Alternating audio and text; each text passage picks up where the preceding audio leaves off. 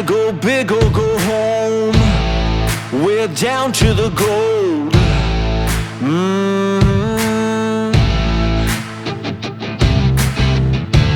Never been a better time to put it all on the line. Ooh, yeah.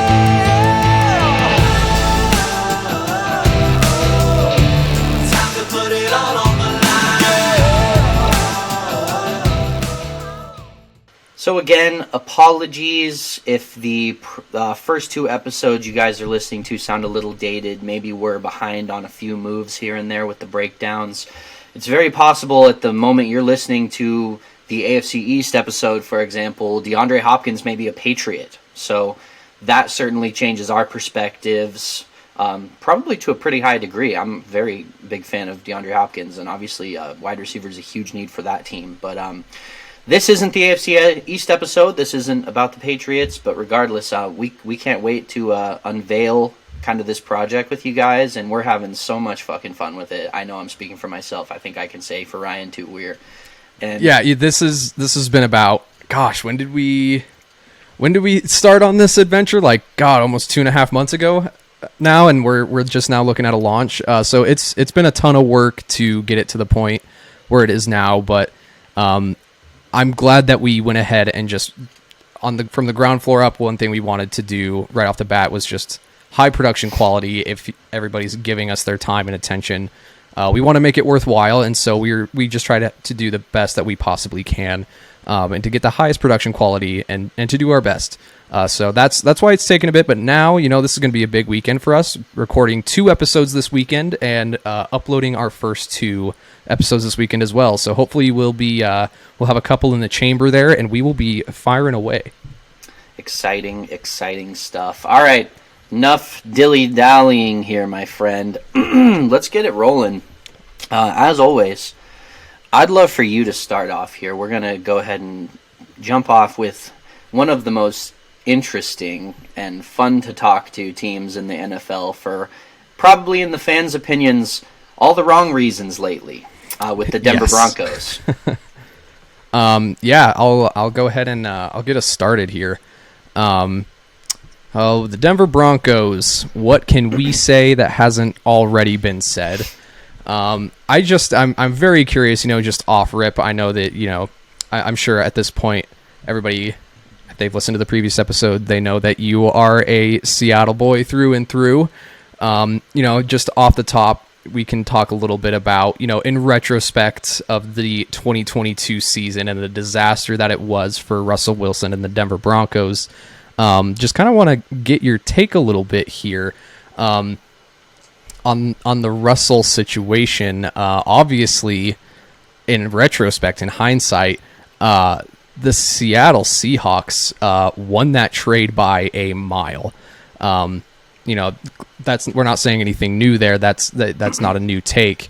But I'm curious to see what you think about the possibility of Russ improving under the helm of my boy Sean Payton, who once brought the New Orleans Saints that oh so glorious Super Bowl trophy. I'm curious to have your thoughts on that.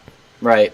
Well, I mean, it's funny. There's so much history amongst your team and my team in Denver, and it's a running joke in our group chat that we have nothing but Saints, Broncos, and Seahawks fans in the mix, and these teams seem to have some kind of weird, chaotic destiny tied to one another. They just can't seem to stay out of each other's headlines one way or another, right?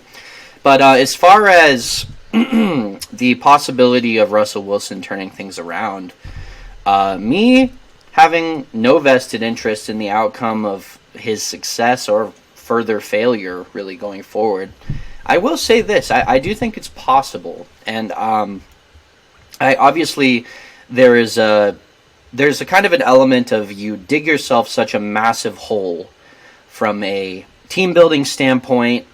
Clearly, this roster was not where it needed to be in terms of talent, depth, and good level scheming to get done what they wanted to get done last year. Which, I mean, I don't know if I don't know where you stand on this, but I felt the expectation was deep playoff run last year off jump. We've seen this kind of success come out of these prior runs. We talked about it last episode with the Jets. When you are a team that's as top-heavy talent-wise as Denver appeared to be coming into last season, and you add a perennial Pro Bowl level quarterback talent, borderline Super Hall Bowl of winning Famer, quarterback. Super Bowl winning quarterback talent, right? The expectations for your franchise immediately go from here to here. And for better or for worse, that kind of pressure either creates diamonds or, frankly, it crushes you. And I felt last year the outcome was pretty obvious. It crushed really Russell Wilson's psyche, I think, a little bit underfoot. I think, of course, that early loss to Seattle in Week 1 was off rip. It was really, it was a tough blow for a team with such expectation, and it was such a meaningful loss for Russell's career. I just think it was a bad foot to get off on, and it was just downhill from there. And sometimes, I think in sports we underrate these kind of aspects of things. We underrate the idea that a team with this much expectation, with early lack of success, that can really make things come crumbling down faster than maybe people would realize. And we explored that thought a little bit with the Jets and the possibility of that happening. But long story short, to answer your question, cautious optimism from me about the Denver team coming into this season. Obviously, Sean Payton is a well-tenured, well-respected coach, probably locked into most people's, excuse me, at minimum top 10 NFL coaches. So again, if you're going to hitch your wagon and your future success to any head coach and give up the assets that they gave up to secure that guy, I think Sean Payton's the one you wanted to go for, of who was available. And obviously, they weren't going to get anybody else at the top end of the spectrum. Houston had their guy locked in. As much coercing they tried to do in that situation didn't come of anything. So, all things considered, they've backed themselves into a corner, and I think they made an aggressive decision to try and turn this around, and I can't fault them for that, frankly. Yeah, I want to just back up a little bit to what you said earlier about the bones of the deal. I think look good, and I think to most Denver fans, it's almost like the Manning hangover in a sense, right? That like you have a really good roster, it's solid, and the like leading in coming into last season, you said it yourself. Like I also had super high expectations. I was thinking deep playoff run, potentially a Super Bowl berth, like depending on how well they'd be able to get together and how quickly. I was very, very high on the Broncos heading into last year, and that's mostly due to the fact that, the roster itself, what made it such an attractive place for an elite quarterback to come in and play was the fact that the bones are so good. There are so many weapons on offense, and the defense, certainly is going to continue to get better, as I'm sure we will discuss. But, my expectations were sky high, and, it's very similar to, when Peyton came in off the neck surgery in free agency and came in and he just completely balled out and brought 2 Super Bowl appearances and a Super Bowl trophy back to the city of Denver for their third one. I think it's really almost a bad precedent that the Denver fan base had, like, oh, finally our quarterback woes are over. We're looking a little bit too much like the Browns here, where it's just this unending carousel of quarterbacks that cannot get it done and don't have the talent. And we have a good roster. If we can just get it all together and get a quarterback that can come in and be, not only serviceable, but a great quarterback, historically like Russell Wilson, then we can potentially make a deep playoff run. We can, eventually, fight for a Super Bowl. That's why they backed themselves into a corner here when it didn't work out, because they gave him a massive contract for many years and a lot of money because they wanted to make multiple Super Bowl pushes, I think. That they didn't have to do, by the way. They did not have to do that. No, I think it's this idea that they're just trying to win now with the roster they had. It was like, especially with the emergence of Patrick Mahomes and Justin Herbert in the AFC West, that like, okay, we got to go get our guy. Let's give up the assets we need to and get our quarterback situation locked down, for the next 6 or 7 years, and not have to worry about that. And to clarify, when I say they didn't have to give him that deal, what I mean is you don't there's obviously a ton of pressure on a franchise after making such a trade to hand that guy the deal right afterwards. But I think looking back, you could argue that this front office may have regretted the decision to pay him right off rip without seeing at least a year within the offense. He could have played through the year, been paid. You could argue maybe if he succeeds extra well in that first year, then you got to pay him more. But to me, considering the risk you made to even get the guy in the first place, I would want to see him play within my own offense before I give him that much money for those many years at the age he's at, right? No, 100%. I think this speaks to like a larger issue with Russell Wilson within organizations, right? And perhaps you could speak to this more, following Seattle so closely, but it seems to me that Russell Wilson, near the end of his tenure with the Seattle Seahawks, was not somebody that was very willing to like work with the organization and work with the staff. In fact, it seemed as if he was trying to push Pete Carroll out, and before he could do that, they ended up just trading him for assets and ended up winning the trade, obviously. But I think it maybe speaks to like a bigger problem of Russell Wilson as a quarterback and as a leader. That if he's getting traded away from Seattle, then he's not going to go on a 1-year deal. He's like, I'm Russell Wilson. Why do I need to have a prove it deal? I have a Super Bowl ring. I have Pro Bowl appearances. Why do I need to go and prove anything to anybody? And I understand that. But then, like as you said, after that week 1 loss against Seattle, you can tell that it did something. Something in Russell Wilson's game was not the same after that loss to Seattle in week 1. And just from there, it was a complete disaster. As I'm sure everybody knows, were in. Go ahead. Sorry. Yeah. Well, and generally, I'm willing to give guys excuses on the basis of injury, and maybe you're playing through injury. But at that point, I mean, come on, it's week 1. So generally, I'm willing to give a guy that excuse. You get a mid-season injury, you're trying to play through it.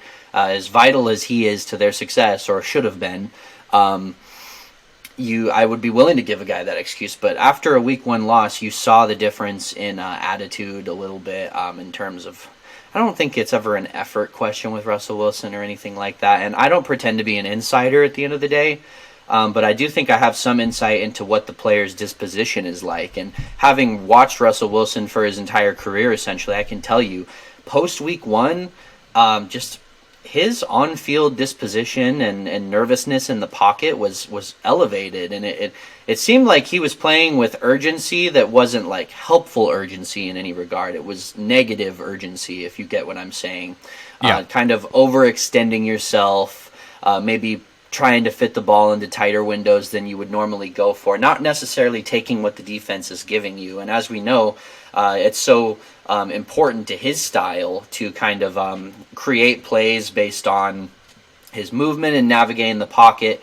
And I think what we generally saw from Russell Wilson, this kind of ice-cold persona, widely regarded as one of the most clutch players in the league prior to this disaster of a season, that was not the same Russell Wilson we got. And as much as we want to scapegoat the head coach, which, I mean, the head coach played a role, there's no doubt about it.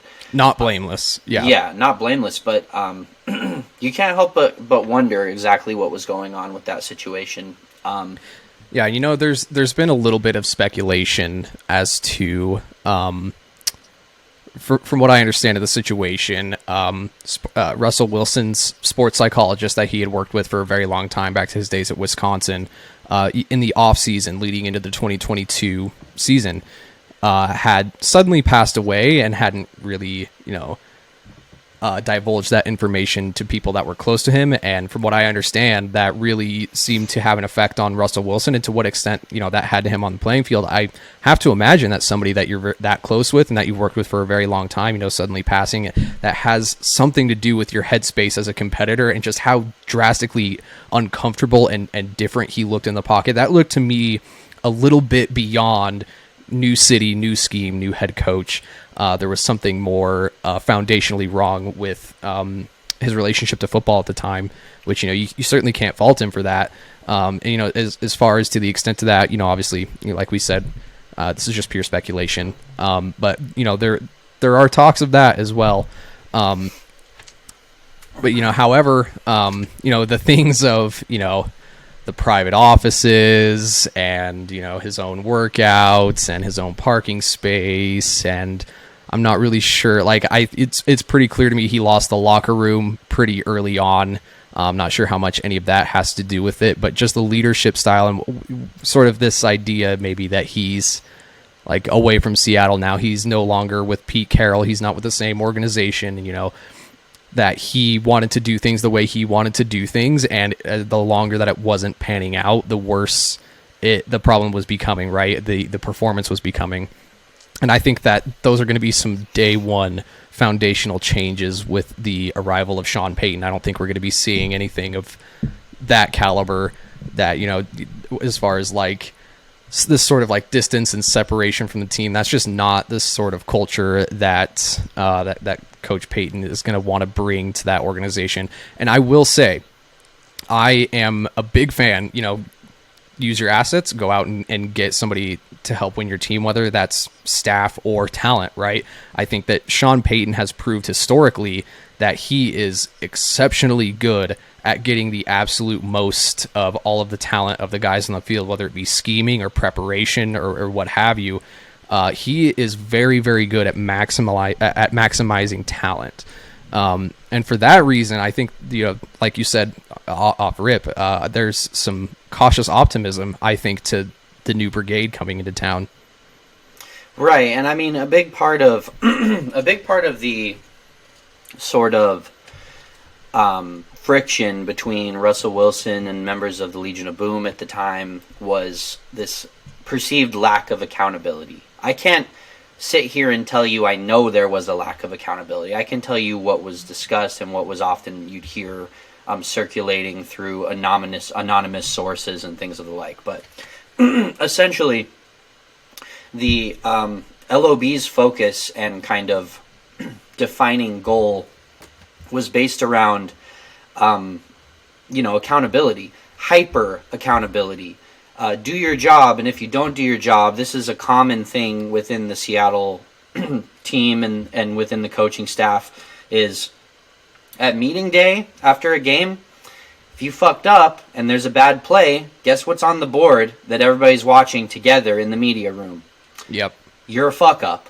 And that was one of the things that sort of was tossed around as a problem, was that maybe there was a bit of protection getting laid on to Russell Wilson by Pete Carroll that wasn't given to a lot of other members. And this is a reality of the quarterback position at the end of the day. It's so certainly interwoven with confidence. In fact, I liken it, since we were on the topic of hockey, I liken it a lot to the goalie position in hockey. So much of the position is predicated on mentality, confidence, and it's sort of that cornerback mentality of next play, right? You got to have short-term memory loss at that kind of position. And when you go through a traumatic experience like a away loss in the stadium of the team that you played your entire career with up to that point, I could see why that would be shaking for any person. So at the end of the day, I want to show grace to Russell Wilson, and at the end of the, I'm not rooting necessarily for or against him at this point, but at the end of the day, like, it would be cool to see them recover to some degree and do better, because like you said, we know there's talent on this team. It was a big part of why we were so excited.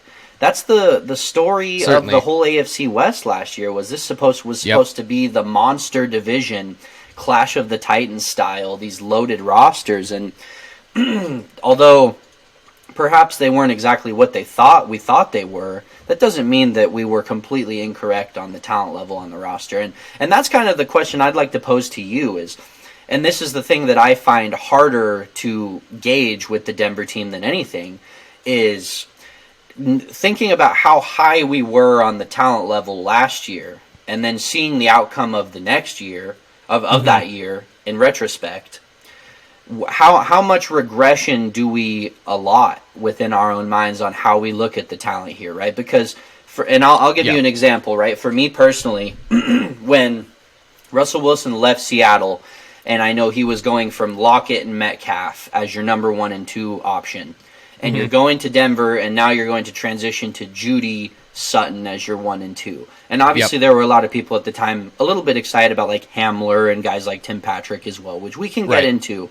But I remember my personal viewpoint on that, and obvious bias here, but I felt Lockett and Metcalf, one of the best wide receiver duos in the league, hands down. Certainly. You can't possibly consider this an upgrade. If anything, the highest level of argument you could make for this is a lateral move. And to me, it wasn't lateral. To me, it was somewhat of a downgrade, but a bit of an upgrade in terms of depth, you could have argued. And now we've seen Certainly. the floor fall out from under a player like KJ Hamler, which all respect to KJ Hamler. I love his game, and I'd like to see him turn it around, but it's been disappointing up to this point. There's no other way of putting it. No, this is a really interesting point that you bring up because I can't remember what I was listening to, but there was another there was another podcast that I was listening to, and they were sort of talking about this idea that, in theory, right, like when these breakdowns, for example, a lot of what we have to go on is history and theoretical talent, right? And it's this idea that this roster, it is just so stacked and it is so loaded that if they only had X or if they only had Y, then they would finally be performing at their full potential. And this roster has been looking. It's been obviously some pieces have moved and changed around there, but the wide receiver core, for example, like some of the names that you just brought up, those have been there for a while. And so I think at a certain point we also have to start like. Maybe we need to start reconsidering like the theoretical production out of some of this talent, right? If it's been a few years since you've been there and you've been always putting up less than what was expected numbers, then at what point do our expectations need to change, or at what point do we need to start to rethink this idea of like theoretical talent and theoretical production? And just purely look at like what is on film and what they were able to do, because ultimately a quarterback is the most important position on the field, yes, but we have seen on numerous teams how if you have elite talent at a couple of positions, you can elevate play, right? And you're supposed to come together like it is a chess match on every level of the sport, from the trenches out to the skill positions. And if you have players that are really performing and elite and have that talent level, you would think that at some point you could get something going.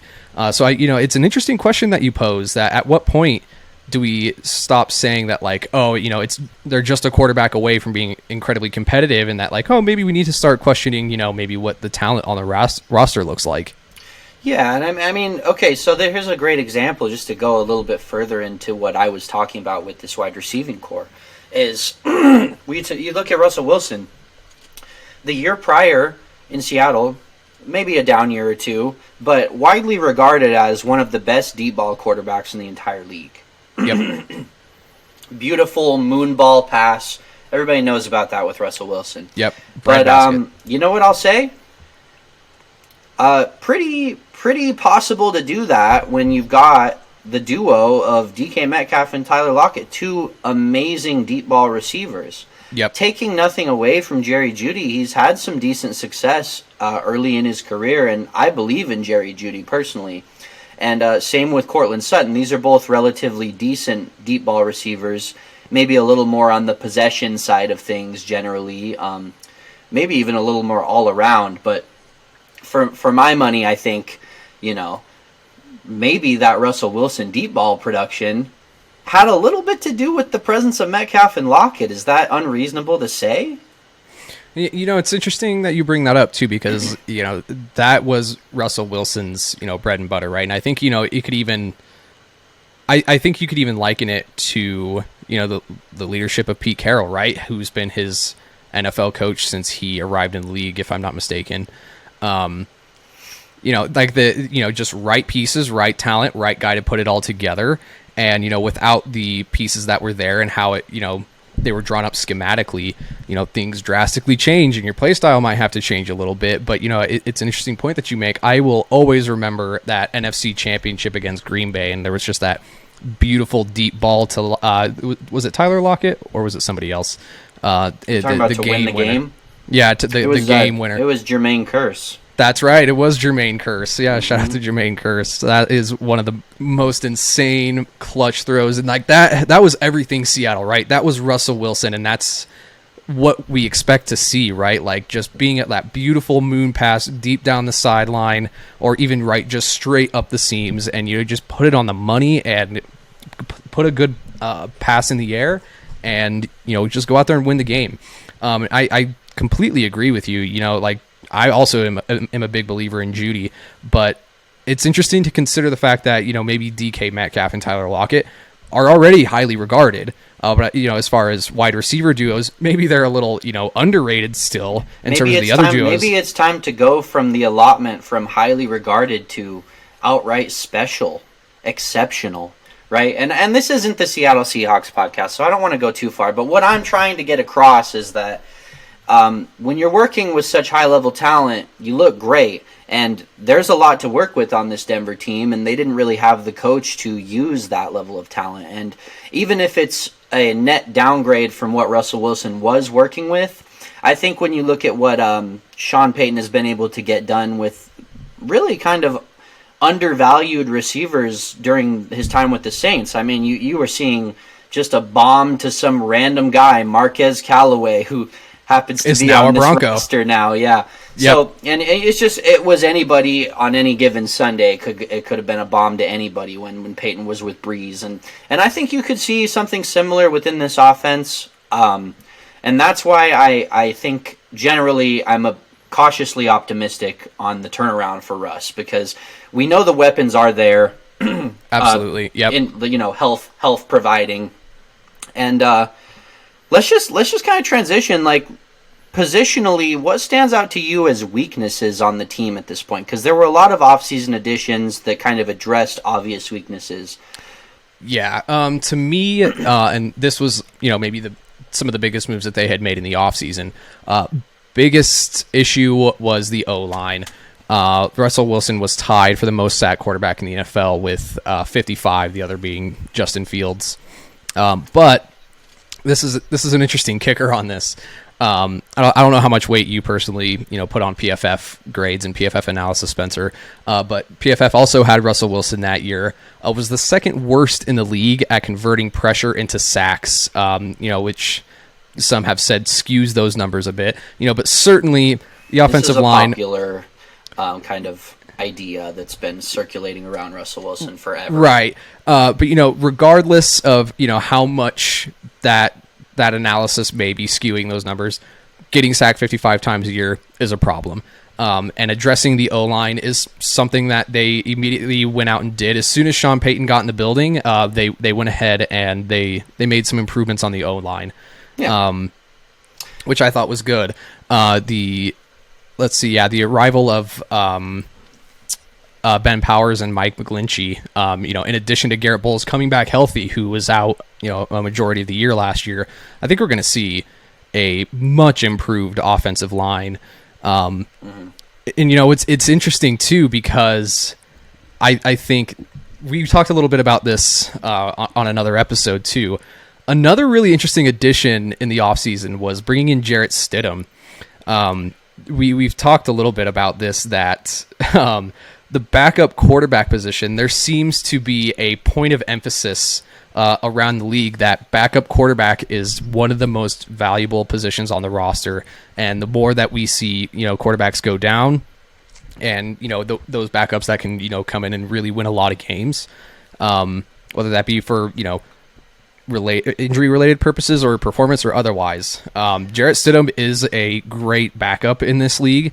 There are even rumors circulating that he's been, competing for the starting job in Denver, which is such a bad look for the Broncos front office, considering Russ's deal and how much he's going against the cap every year. I disagree with that. I don't think it's a bad look at all. Just in terms of, if he ends up not starting, then, that's just a lot of money being flushed down the drain, in that respect. It's a bad luck, and it's a bad look for the retrospect of the move made to take Russell Wilson in.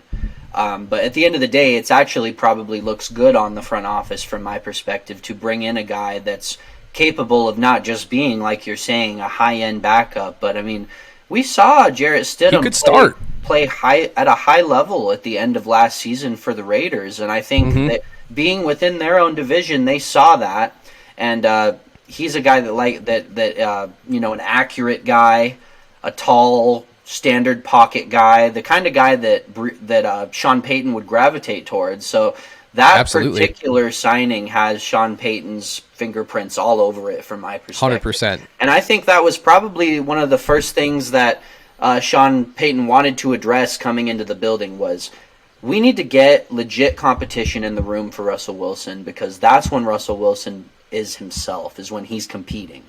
And I think that at the end of the day, it's going to be a good thing for Russ, and it's probably a good thing for Jarrett Stidham too, because in the best case scenario, he gets an opportunity to play.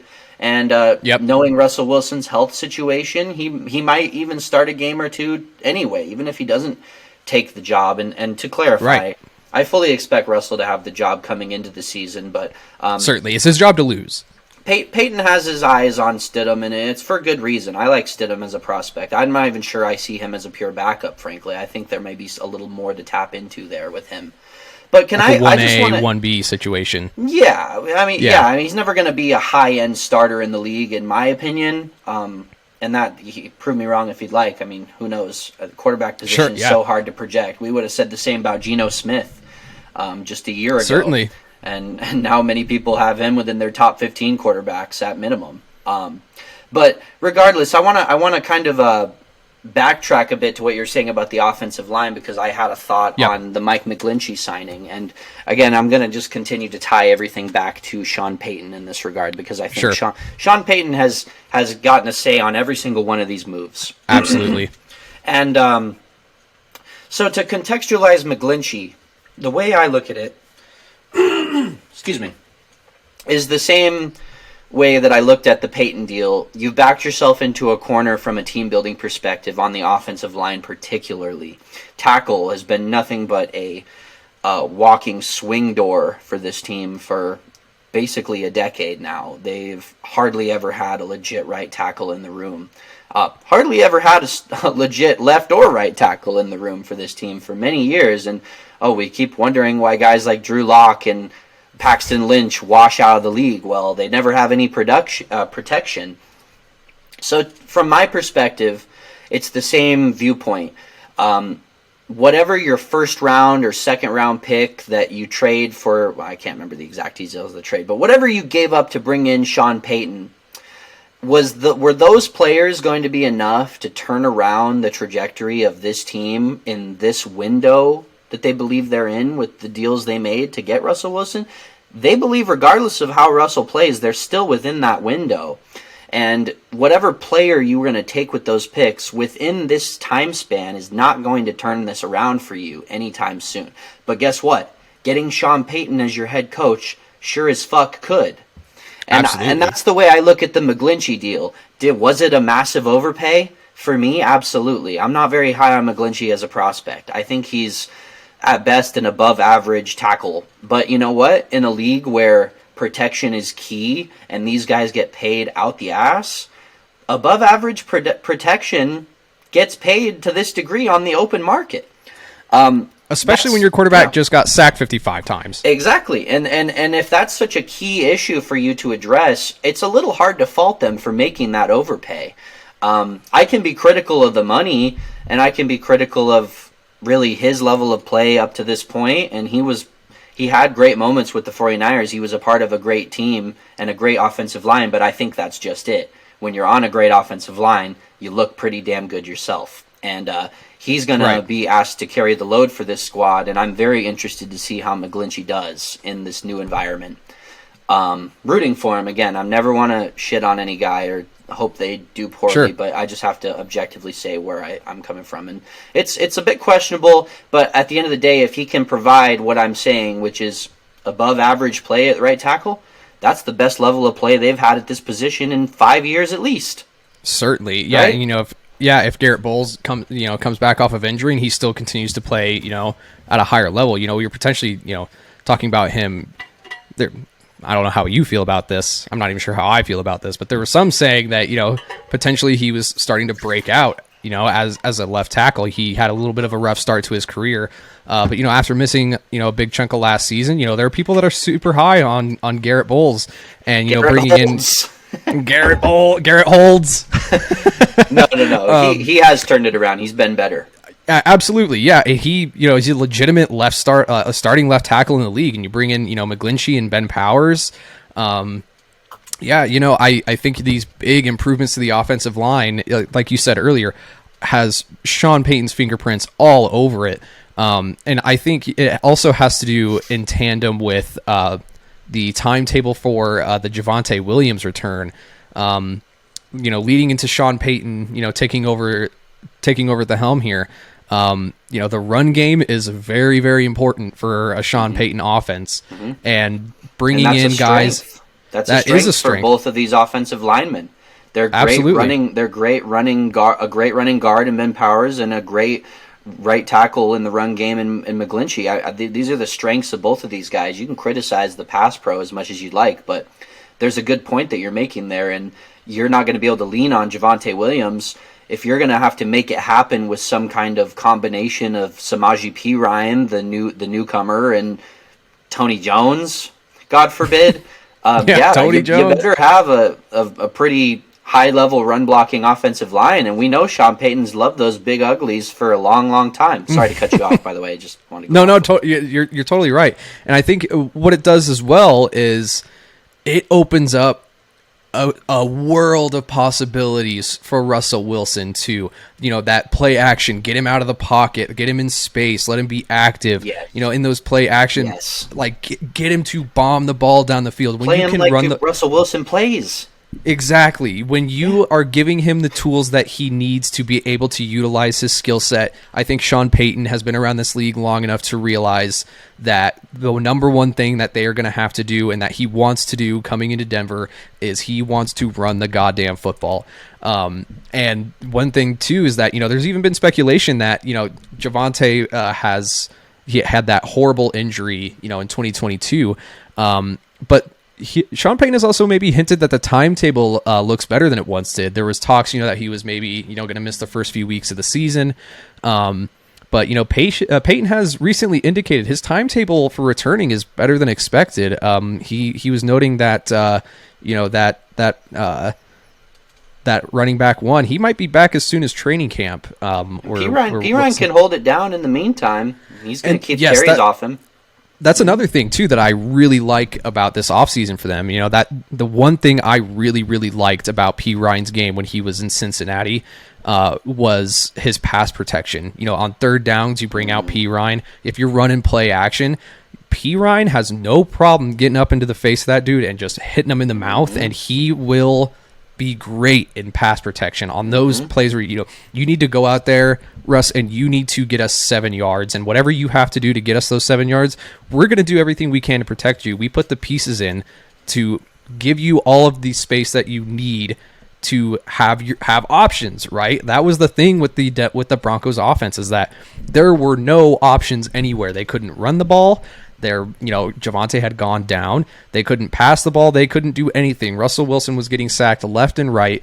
So I'm really, I'm optimistic. That's one thing, getting back to the ultimate, catalyst to this conversation that's the big thing that stood out for me in the offseason was addressing the problems on the O-line, bringing in some guys that you knew were going to be able to run the offense that Sean Payton wants to run it and the style that he wants to run it, to maximize Russell Wilson's potential, because we know what his potential is, right? We've seen his ceiling, and if he could even have a fraction of that ceiling with this roster, they could be 10-11 win football team. I don't know if you agree with that. That's what I think.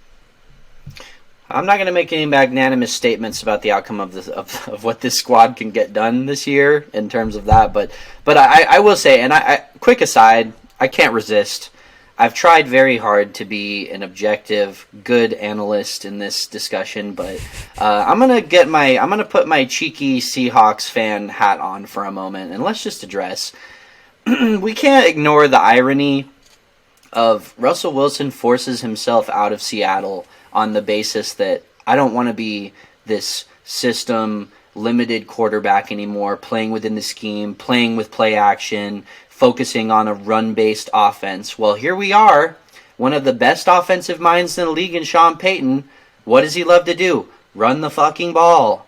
Interesting, Russ. Maybe, just maybe, the run game matters a little more than we all thought. And I'm not trying to say like he doesn't believe in the run game. I think he does generally, but on one level, it's like you have to understand your own limitations as a player. When you can't even see over your own offensive line, getting in motion on play action, getting rollouts, getting out of the pocket on occasion on more designed plays that you can implement with a strong run game is extremely important for a quarterback that plays your style. And, at the end of the day, major respect to Russell Wilson. He's a Seahawk great, but you can't ignore the irony of that situation that here we are back to square one. And it raises a massive question: is Russell Wilson going to finally, for lack of a better phrase, bend the knee and play within structure? It's a question that has followed him his entire career. And me personally, the way I look at football, I don't care if you are the best fucking mobile quarterback in the league. You got to play within structure to some degree. Even the best in the league, like a Pat Mahomes, these guys that love to freelance, they know how to play within structure, and that's what creates consistent offenses that consistently score points. Because at the end of the day, if you're not going to be able to make the miraculous play on this drive, you can go back to what you know works and what you planned to work, right? Yeah. So, all right. Cheeky fan hat off now. I'm going to throw that to the side. And with that hat toss, maybe we could talk a little bit about this defense. If there is one bright spot to this team, I think this is it. The Broncos defense performed pretty well in the 2022 season. Obviously, Pat Surtain and Justin Simmons, they are those dudes. I'm interested too. Some more Seattle and Denver history.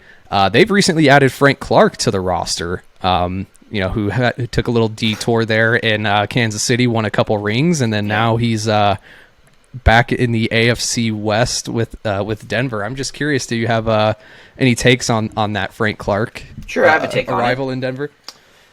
Frank. To be frank, keep the strap in KC. All right, keep the strap at home. Don't bring any of those. We don't need a Ja Morant situation happening here in Denver. All right. Only 17 games in the NFL, so if you're suspended 25, that's no good. That's not good. Yeah. And just the no. But jokes aside, Frank Clark, hell of a player. He had a bit of a thing with the regular season where the production wasn't exactly sparkling in the regular season. In fact, he was a lot of people would say below average from the pass rush perspective during the regular season games. But as we know, with Frank Clark, he comes alive in the playoffs. There's no doubt about that. It was proven through every single one of those Kansas City runs deep. When it's playoff time, Frank Clark comes out and he will get a sack at least once a game. And just one of the best playoff producers from the defensive line of the last 5 years in the NFL playoffs, in my opinion. I think Frank Clark's been dominant in that stretch. And at the end of the day, it's. Oh, sorry. Go ahead. Sorry. For a team like Denver, you made all these aggressive decisions. You didn't do that to not get into playoffs. Exactly. So I could talk myself into Frank Clark. And the other thing to remember is that this was a major hole for the defense. As dominant as they appeared for stretches of time last season, and as great as they looked even prior to that, they've had a lot of losses. Going back to the Seattle connection, Seattle came in there and stole Draymond Jones from them for a pretty hefty free agent deal. Yep. And it's depending on who you ask. I think you could talk yourself into either player, but they went ahead and gave the money that they, I guess, would have gave to Dre Jones had he stayed to Zach Allen, which I like that deal personally a lot more than McGlinchey, just because of the upside that he represents. I think McGlinchey's a guy where he just is what he is at this point, and he may not get a whole lot better, but you know what you're getting, and I could at least respect that deal on some level. But for Zach Allen, it's like, I was hearing a lot of overpay getting tossed around with him, and I don't think for his level of youth, and not to mention the lack of other pass rush talent he was working with on Arizona, to suggest that maybe he's not worth that money. I think he is worth that money, because at the end of the day, this is all about projection. And my perspective on free agency is, if you're going to sign a guy in free agency for big money, well, he damn well better be young, because you want to be on the Tampa Bay side of things, where, again, to tie it back to Denver, go out there and steal Shaq Barrett. Steal a guy who is undervalued, that's still developing, and that can ascend for you, so that in a few years, that contract that everyone was screaming overpay on is now looking like a bargain for an elite level or close to elite level player. And not saying that's what Zach Allen can become, but I like his talent and I like his upside, and I can very much talk myself into that signing. Yeah, 100%. I mean, especially if we consider this in tandem with the fact that these two are supposed to be, the Bradley Chubb replacement, right? No, there's not going to be any Bradley Chubb who went to the Dolphins this offseason. If you're looking for replacement for production, I think Zach Allen and Frank Clark, you're looking pretty good, if I do say so myself. It's a new look interior D line, and they also they have Randy Gregory coming back after missing 11 games last year. So they do have some talent coming back, and that's ultimately, I think, my point about the Denver defense, right, is that their floor is very, very good. I don't think that they got worse in the offseason, and the only direction they have to go is up, as far as I'm concerned. The only question is, are they going to be tied for 14th in points allowed, or it's 7th in yards, or are they going to go ahead and just make the leap and become a top 10 defense in the NFL? I think they have the potential to do that. Yeah, I mean, it was really only. Oh, sorry. It was really only the Denver defense. Watching a lot of those games, they were such bizarre games. A lot of them were one score, right? Super low scoring, and I think not enough people give credit enough to the defense for keeping it that close. For Denver, if you're coming out and you're always playing from behind, and you got your ears pinned back from the very beginning of the game, and you're able to keep it competitive within a few points, most weeks, credit to them. If Russell Wilson had performed even 5% better through the season, they probably have 3 or 4 more wins. It's possible. That was a major source of frustration for Denver fans, I know, was, Jesus Christ, if we got one successful drive in this game, we win, and that was just the story of their season for a large portion. Getting a little more into the D-line too, a couple guys I want to give shouts out to. Baron Browning, one of my favorite young prospects right now in the league, ascending guy, twitchy freaking guy, one of the fastest off the line that you're going to find in the league right now at his age. And he better be fast, because he kind of was playing, you weren't sure what he was going to be coming in. He did a little bit of off-ball stuff. He was more of an outside-style backer, and in the 3-4 scheme, I was surprised to see him with his hand in the dirt a lot more. But the explosion that guy has, look out for Baron Browning, man, because, again, they weren't working with much last year, or not as much as they needed, apparently. And Baron Browning was one of those guys that stood out and shined, and I'm excited to see how he can progress, because I like him a lot. And Nick Bonito was their, I think, second round pick, just last season. And he's another guy that can fill in for him a little bit. And I wouldn't be surprised if Nick Bonito is challenging Frank Clark for some of those early down snaps, just because they're going to need to spell a guy like Clark with his not advanced age at this point. But again, we addressed he's not quite as productive as he once was at this point, so they're going to need other options rotating around. And I'm not against this rotation here. I think there's certainly room for improvement, but they've put themselves in a position where they have good prospects to lean on, and there's a lot of room for growth with this collection of guys here. Certainly.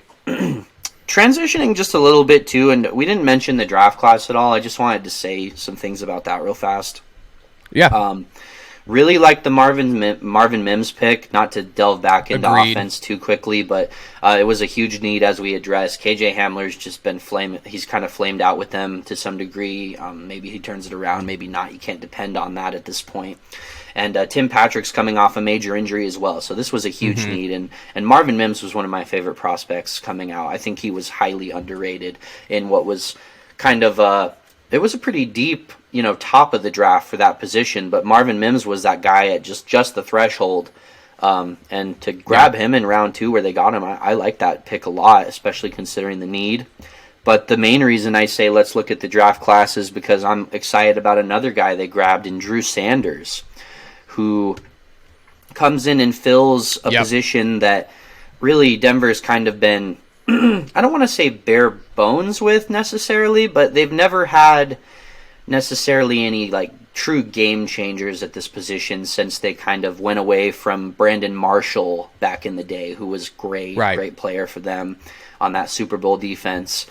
They got a good season out of Alex Singleton, but and Josie Jewell's a solid starter there. But I think Drew Sanders is a plug and play starter, even with Raw his talent. lack of experience. Yeah, I don't know if you knew that about Drew Sanders, but he was actually a pure edge rusher on Bama before his transfer over to Arkansas, I believe it was his school. Yeah, Arkansas. When he transferred, that was when he transitioned to off-ball backer, and it really allowed him to utilize his hyper athleticism for the position, his speed, his savviness, reading gaps. I think he was so much more equipped to play that position, and you saw him pop quite a bit. This is a player, again, let's stress, he's had 1 year at this position, folks, and managed to get himself selected in the 3rd round of the draft. A lot to like with him. I think he's going to be, down the road, a special player for them, and early on, an upgrade, regardless. All right. Well, it's time, I think, that we move on here from Denver. Lots to talk about. Very interesting team. We spent a lot of time. You don't want to just really quickly hash the secondary? Just really quickly hash it? We're already at an hour. Yeah, that's okay. All right. Damn, we went an hour on Denver? Yeah. All right, moving on here to the Los Angeles Chargers. I'm interested to have your take on this, right? This seems to happen every offseason, right? And it's happening again, where the Chargers are the darling of the offseason. They're everybody's, sleeper pick. They're everybody's hype early in the year. I just wanted to kick this off and get your thoughts on this. To me, this is something of a prove-it year for the Chargers. Year in and year out, they are talked up like a team that you really have to watch out for, can potentially make a deep playoff run, potentially could be contenders, some would say. Don't know if I would say that. Yet they never managed to stay healthy enough, which, it's just truly unlucky. You really don't like to see that. You like to see every team, at its full strength. But the other thing to me is that they never really managed to stay competitive enough to reach their full potential, as people say. Herbert has a special skill set. There's no doubt about that. There's no doubt about Herbert's talent.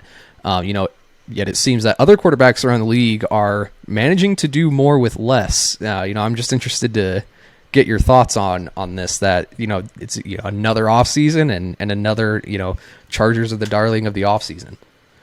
More with less. Interesting. Yeah, I'm hesitant to levy too much criticism at Herbert just because he's exceeded expectation to such a degree that it's hard to pin any kind of the lack of success with the Chargers on him, despite the importance of the quarterback position.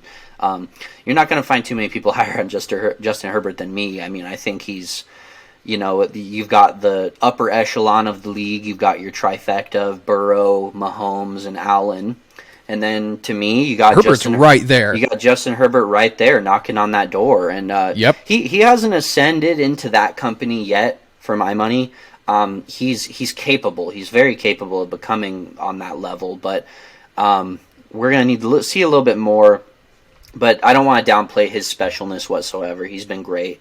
What I will say is prove it year is a understatement for this Chargers team, in my opinion. Yeah. I think this is a save your ass type of year, specifically for Brandon Staley, because 100%. you know, I never want to just go in on the coach too much, but at the end of the day, like, I can't help but think like the Jacksonville loss with the comeback. A lot of times when you get up on a team and they come back on you like that, a lot of that has to do with coaching, because it points to a bit of a lack of discipline within your players, and in order to instill discipline in a team, and a pretty young team in the Chargers on some regard. Yep. That comes down to coaching, and I feel like the reason that teams were able to climb back in those games so much was issues in coaching, a little bit of a lack of discipline. I don't know if that has to do with maybe a younger, more laid-back style of coaching that Staley has, which that's kind of the trend in the NFL right now. It works for a lot of teams, but maybe a team with a young quarterback and, you know, young talent surrounding him, it may not be the best fit. And that's kind of the test that is going to get put on the Chargers this year. It's important for me to mention, though, worst injury luck in the league, hands down, the Chargers organization. 100%, without a doubt. A lot gets said about their training staff and things like that, and I'm not in the building. I'm not going to pretend to, you know, condescend to you and tell you, I've met all of the trainers and I know how they don't commit themselves. Like, who knows what's causing it? But at the end of the day, some element of luck comes in with injury, and some amount of the training. Absolutely. And regardless of what it is, it doesn't matter. The Chargers have had the worst luck in the league. That's not an understatement, or that's not an overstatement. Excuse me. But so there's plenty of blame to get tossed around as to why they've underachieved. But certainly a prove-it year at minimum. I think if Brandon Staley misses playoffs this year, he's out of there. Yeah, I do want to backtrack a bit here. That wasn't, you know, me opening. That's not to, you know, me. That's not me saying I'm criticizing, you know, Justin Herbert, you know, at any level. I think there is, to some extent, you know, that there's the sort of rhetoric around the league that it's never Justin Herbert's fault. You know, certainly he's a young player. He's a young player. You know, he certainly has areas to improve. But he does. I think it must have been I think it was the Athletic football show that I was listening to, and they were talking about a lot of the checkdowns that he throws. For a guy with his talent level, he just doesn't have that high, in the air average for somebody with a cannon like that. Like, could you imagine, like Josh Allen's brain in Justin Herbert's body with his arm? Like, there's even a story, when Tua was, he was very hurt, and he was having a down year. Then Mike McDaniel brought him in and showed him 700 plays, to show him how good he is. It's almost like they need to do that for Justin Herbert, right? Like, they need to sit him down and be like, Justin Herbert, you are him. You have talent. Let that bitch go, son. Let it go, man. Bomb it down the field. You can throw it. You can bomb that thing. You can throw it into tight windows. You can extend plays. His skill set is off the charts. It seems like there is a mentality around the league. I think just like playing efficient football, right? I understand that. Take what they can give you, right? Like Brady made a career out of that, a very good career. Many would agree. Like take what they give you, certainly. But if you have that type of skill set, let it go, bomb it down the field, and really just let the arm loose and make some plays happen. And I think they win more games if he gets more comfortable at just like, oh, I'm Justin Herbert, I'm him, I can make that throw. I'm curious what you think about that. Well, it's a good transition from the Denver discussion too, because I was talking earlier about Russell Wilson playing within structure. And it's almost the opposite problem with Justin Herbert to some degree. Too much structure. Yeah, he's such a coachable, disciplined player that it's almost like, man, you have the talent, man. You got to just not even freelance necessarily, but this grip offense, it and rip it, baby. Yeah, this offense is designed for 50-50 balls, and you won't find a better team at winning that sort of pass in the whole league. There's very few, at least. I mean, Metcalf and Lockett are probably one of them. Maybe the Philly team with A.J. Brown and Devonta Smith. You could mention a few others. But this team's right there with all those squads in terms of, man, if it's third and long and I gotta let that thing go to Mike Williams or Keenan, you trust that if it's one-on-one on the outside, and that's a great transition point into the draft, because I think the addition of Quentin Johnston is key for the success and the turning around of that mentality that you're saying with Herbert. Is I kind of think to some degree, even though they've had such great depth in the wide receiver core, they never had like that legit third star guy. And I know that Quentin Johnston, some speed, baby. Right. Quentin Johnston, he's not in the same mold as Mike Williams and Keenan, to be clear, as a prospect. He's actually much more of a Deebo Samuel type, despite his build. He's such a weird prospect. You look at Quentin Johnston, he's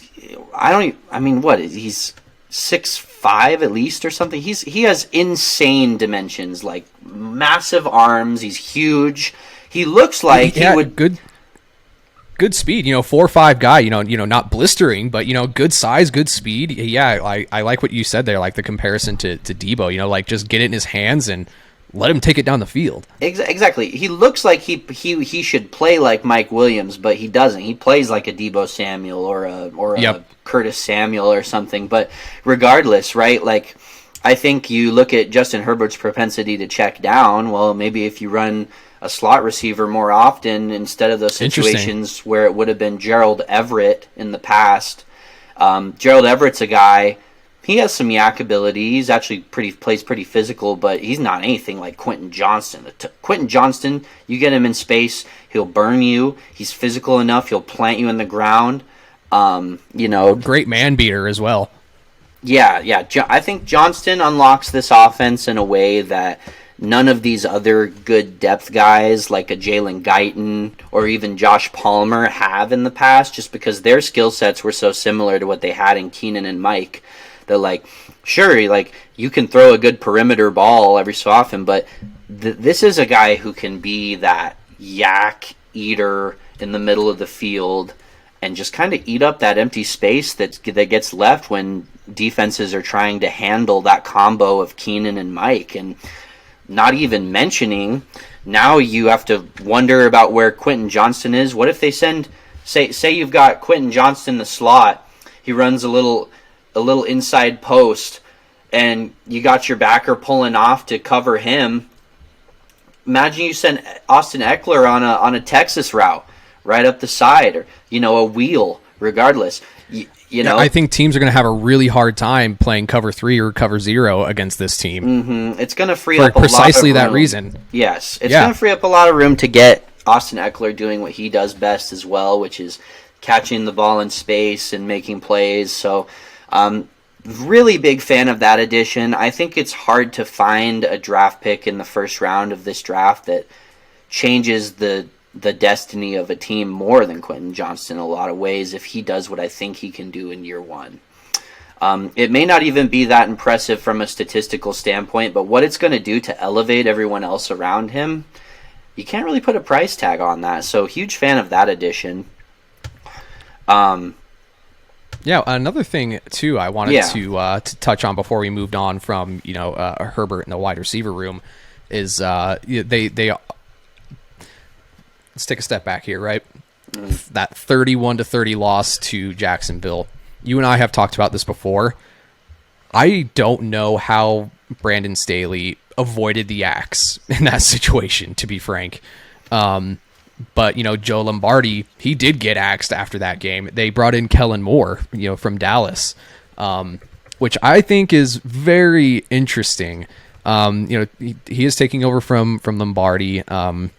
Over the last 4 seasons, the Dallas offense under Moore has ranked number 2 in the NFL in total offense, 391 net yards a game, and scoring for over 27.5 points a game. The Chargers running game, has really never got going in the way that they needed to, considering the injuries in the wide receiver room in the last couple of years. The Chargers running game they finished 30th in the league last year.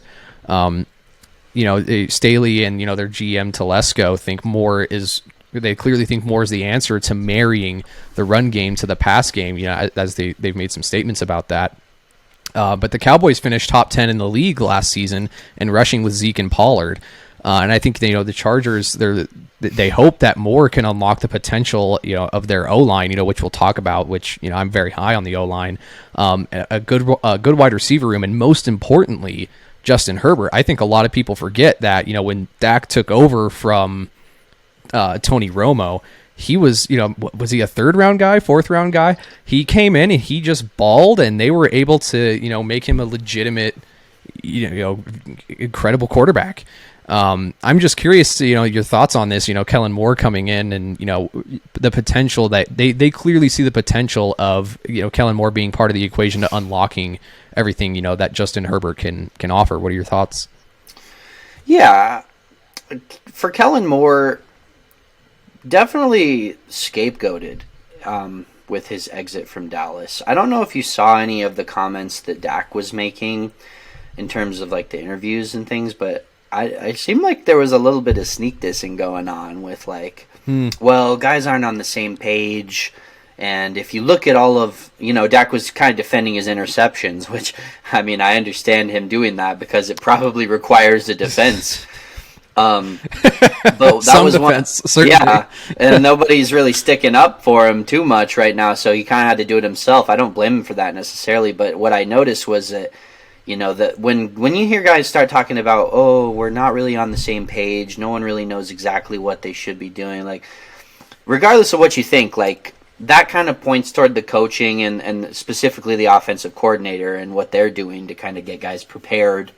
And Kellen Moore is an ascending talent. I like bringing him in to help out Brandon Staley because, Brandon Staley was, as we all know, he's a defensive coach. He wants to focus on this defense, which we'll get to. It should free him up a little more to kind of do what he does best and make sure he's checking his boxes. And I think he'll be able to let Kellen Moore just handle the offense. And another thing with Kellen Moore, as a former quarterback himself, I think he is going to be that guy to be sitting down, like you're saying with Herbert, and having those conversations saying, bro, you're fucking Justin Herbert, man. Like, yeah. Do you know what I would have done if I was you? Yeah. Like, I wouldn't be sitting here as your offensive coordinator right now, bud. That's for sure. I'd be bawling because, yeah, we all know what Justin Herbert's capable of, and I think Kellen Moore could be the guy to unlock him because Dak had a lot of good years with him at the helm. A lot of air production too, right? Like Dak's, he certainly has arm talent, but I wouldn't say, top arm talent, getting the ball downfield in the NFL, in the way that, like, in that upper echelon we're talking about with, not the strongest arm in the league. And now Kellen Moore's working with definitely the best talent he's ever worked with on the offense, as far as I'm concerned. So that's good. I'm good with that hiring. I definitely think it's an upgrade over Joe Lombardi. You may feel differently as being a Saints simp for Mr. Lombardi yourself, possibly, but it's an upgrade. It's an upgrade for sure. Yeah, it's an upgrade. I don't know. Not to shit on Lombardi, but it's just there's levels to this, and I hold him in a pretty high regard personally. Is there anything else that really stands out to you? I like what they're doing on the line. I don't think we need to address it too much. Love Slater. Zion. Yeah, Rashawn Slater coming back. And, one thing that did stand out to me on the line was that Jamari Saylor was, filled in at left tackle when Slater went down. And he played extremely well as that plug-and-play option. His impressive performance in 2022 earned him that starting guard spot. And bringing in, Kellen Moore with this line is going to be familiar territory, coming from his years in Dallas with their elite offensive line play that they've had over the last few years. Mm-hmm. Moore calls a lot of zone runs, and with this O-line core and, Eckler's talents as a runner, as a rusher and a pass catcher, that idea of marrying, the running and the pass game. I expect this O-line and Kellen Moore to really open up the play calling for them coming into 2023. I've got, that O-line, if it stays healthy, top 10 in the league. It's possible. Definitely, I love the trio of Corey Linsley, Zion, and Rashawn Slater there. I would say if there's any area for concern to me, it's got to be on that right tackle spot. As we know, it's so Pipkins, important. yeah. so important to have capable guys on both sides because defenses are going to switch it up on you, and most defenses have legit high-end 1 and 2 punches for pass rush if they're building their defense the way everybody wants to build it. And there's no shortage of good pass rushers in this division, so that's going to be key, is keeping Herbert clean so that all these other guys can eat, because you just want to, at the end of the day, that their scheme is, let's give enough time for these guys to get downfield and Herbert to utilize that. And that's been really the biggest issue for them, to me, is just that they haven't been able to protect adequately on the edges, and just not quite enough time to convert enough of those throws. But I don't know. Pipkins, he's gonna get another shot at it here, and hopefully he can play a little better, especially with a healthy Slater back, with a full offseason to get completely back from that injury. Yep. So maybe going over to the defense a little bit, huh?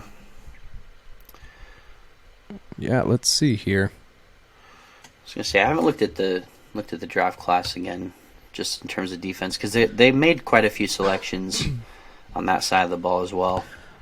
I'll just say, one thing that stood out to me was the defensive interior was an area of need for the Chargers. They were terrible against the run last season, due mostly to the fact that this defense was decimated by injuries, as we've been saying. They lost Bosa and Austin Johnson on the line for a good chunk of the season.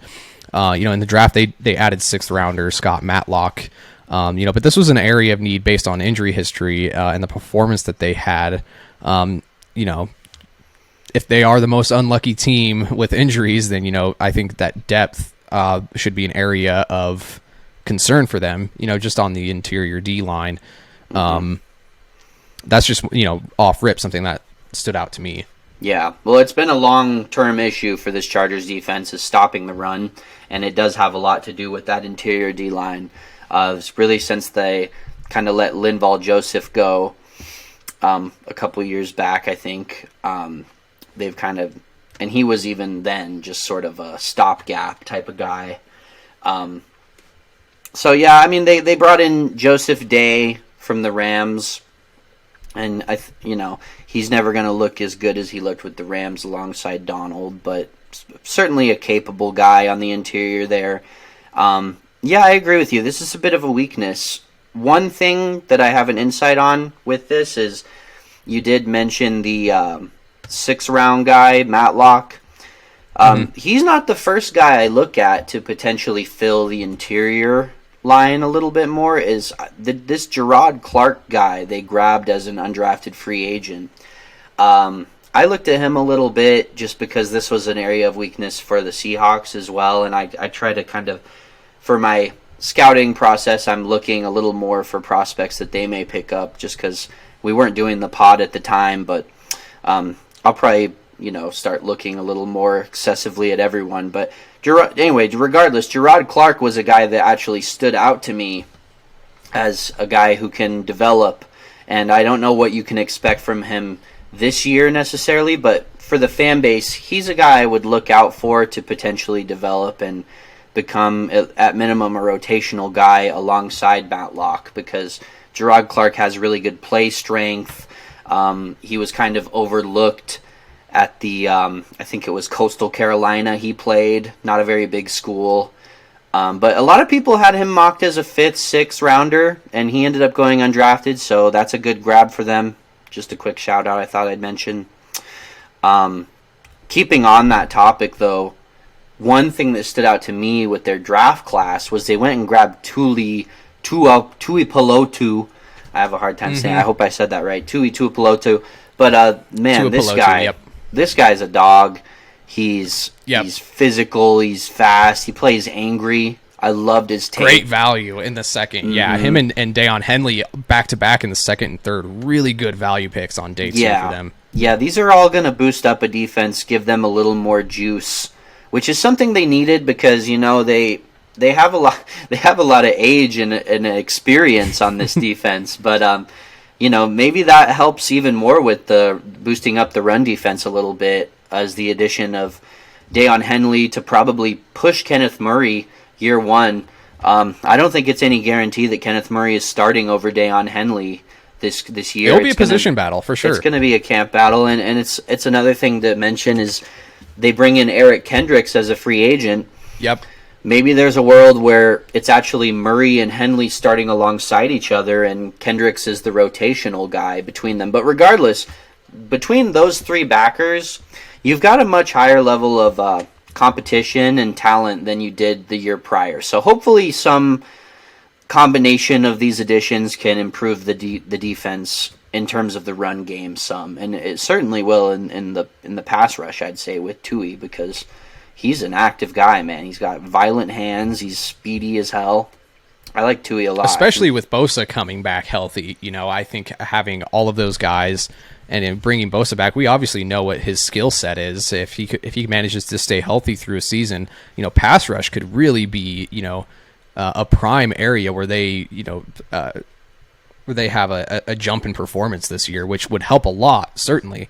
Yes, 100%. We're if talking you can't about stop the run, getting ahead in games. Like if you can unlock Justin, you get him, in the same situation as Allen and Mahomes, where you get ahead early on, and then the offense has to run on you. If you have that defense with really great rotation and great pass rush, you might just put together a lot more wins than you did. And we're talking like they didn't have a good season. They did finish, at 10-7. They finished, second. But I think, yeah, if they can get ahead in some games and have Nick Bosa come back wrong Bosa brother, Joey Bosa come back and stay healthy, then have that pass rush, and you might squeak out 2 or 3 more of those wins, and you go into the playoffs at 12 or 13 wins. Exactly. And I mean, we already know the combination of Bosa and Mac is an elite one. That's going to be your bread and butter as it is. But to be able to plug a guy like Tuli in and rotate Morgan Fox in there as you have been doing, and I know that's not his only role, but there's a lot of guys that can get after the quarterback here, and thankfully they're so strong on their starters they don't have to get too much out of the rotation just to spell those guys. But I know there was a lot of talk about Mac. I know maybe it was a little bit disappointing in terms of his last season, but there's no doubt in my mind Khalil Mack is still an elite talent in the league. It's absolutely, it's silly to even discuss it. I mean, Khalil Mack's a monster. So, and as far as the secondary, obviously we should mention J.C. Jackson returning. Hopefully he can put in a full season. It was kind of just a freak incident that he even got injured to begin with. Horrible luck once again. It seems like anytime they get a big addition, they get injured. It happened with Slater, Yep. So hopefully he can put in a full season. Sorry. Yeah, that's okay. That to me is just the group that cannot seem to stay healthy, which really sucks because they have a lot of pieces. I mean, when Derwin James came into the league, he had a really bad injury and was out for the remainder of the season. If they can have all of the pieces together at once, I understand the hype of the Chargers. I understand why they are everybody's offseason darling, every year, but they just are really unlucky, which you really hate to see, right? Because I want both the Chargers and the Broncos to bounce back. I am curious to see what happens to Mahomes and the Chiefs if the Broncos are everything that they can potentially be, and if the Chargers are everything that they can potentially be. They already were 10-7, but if everybody can stay healthy and everybody can come back and perform at the level that they need to, what happens to that division? I really hope that they can stay healthy and put all of it together. And with the additions that they've made in the draft, bringing in Kellen Moore, I'm very excited about the Chargers. If they can just get Herbert to let her rip a little bit, I'm excited to see what happens. I mean, and to chime in, there's one last thing I didn't mention with the secondary that I wanted to mention. We didn't talk about the retirement. It was a surprise retirement from Nasir Adderley. Sort of a just, going out on his own terms kind of situation, but a surprise nonetheless. He was a young player that was highly touted, coming out and has been good for them. So that's going to be a bit of a gap in what is otherwise, on paper, a great secondary here. You love the tandem of Jackson and Samuel. Derwin James is going to do his thing. It's just another discussion of injury history and staying on the field with him. But yeah, it's going to be interesting to see how they try and replace Nazir Adderley, because they relied on him quite a bit as sort of their ball hawk back there, and he complements Samuel's skill set so well. I mean, those guys are the tip drill kings over there, him and Adderley. They only really got one season together, but it was a great outlook. I mean, Asante Samuel balled. I love Asante he absolutely Samuel. balled. Yep, same. And it was needed. They lost J.C. Jackson, and yet Asante Samuel stood out. He was going in and Yep. It's worth mentioning this guy year. was going against number one receivers all year with the absence of J.C. Jackson, and he put on a fucking clinic. Yep. Damn near. I don't know if he damn near led the league, but he was up there in interceptions as well. I mean, we knew he was everything we thought he was: a rangy, ball hawking type of guy, great ball skills. Just angry. He plays so angry, like a mad dog out there. Just a dog. A little dog, little angry little Bichon Frise or something out there, man, nipping at your freaking heels. But you gotta love players like that. Absolutely. Anyway, all right, good discussion on the Chargers. I'm also very excited about them as a team. They're fun. Let's transition a little into the Raiders. So this is a puzzling team from my perspective. Oh boy. That's why I want to start off, because you can kind of maybe counterbalance me or pile on depending on where you're at with this. Just so you know, folks, by the way, we don't really talk about what we think about this stuff together going in, which I think, in my personal opinion, really adds to the content, that dynamic of just like maybe sometimes things you say surprise the shit out of me and vice versa, and I think that's good for the content. So what are you going to do? So yeah, just to get into a little bit, and you can kind of, again, bounce back how you feel. This is a bit of a head-scratching team to me. It's not in the same way that it was with the Titans when we talked about them, and the Patriots when we talked about them. Although my perspective may change a tad if they do get Hopkins, but can't go back in time.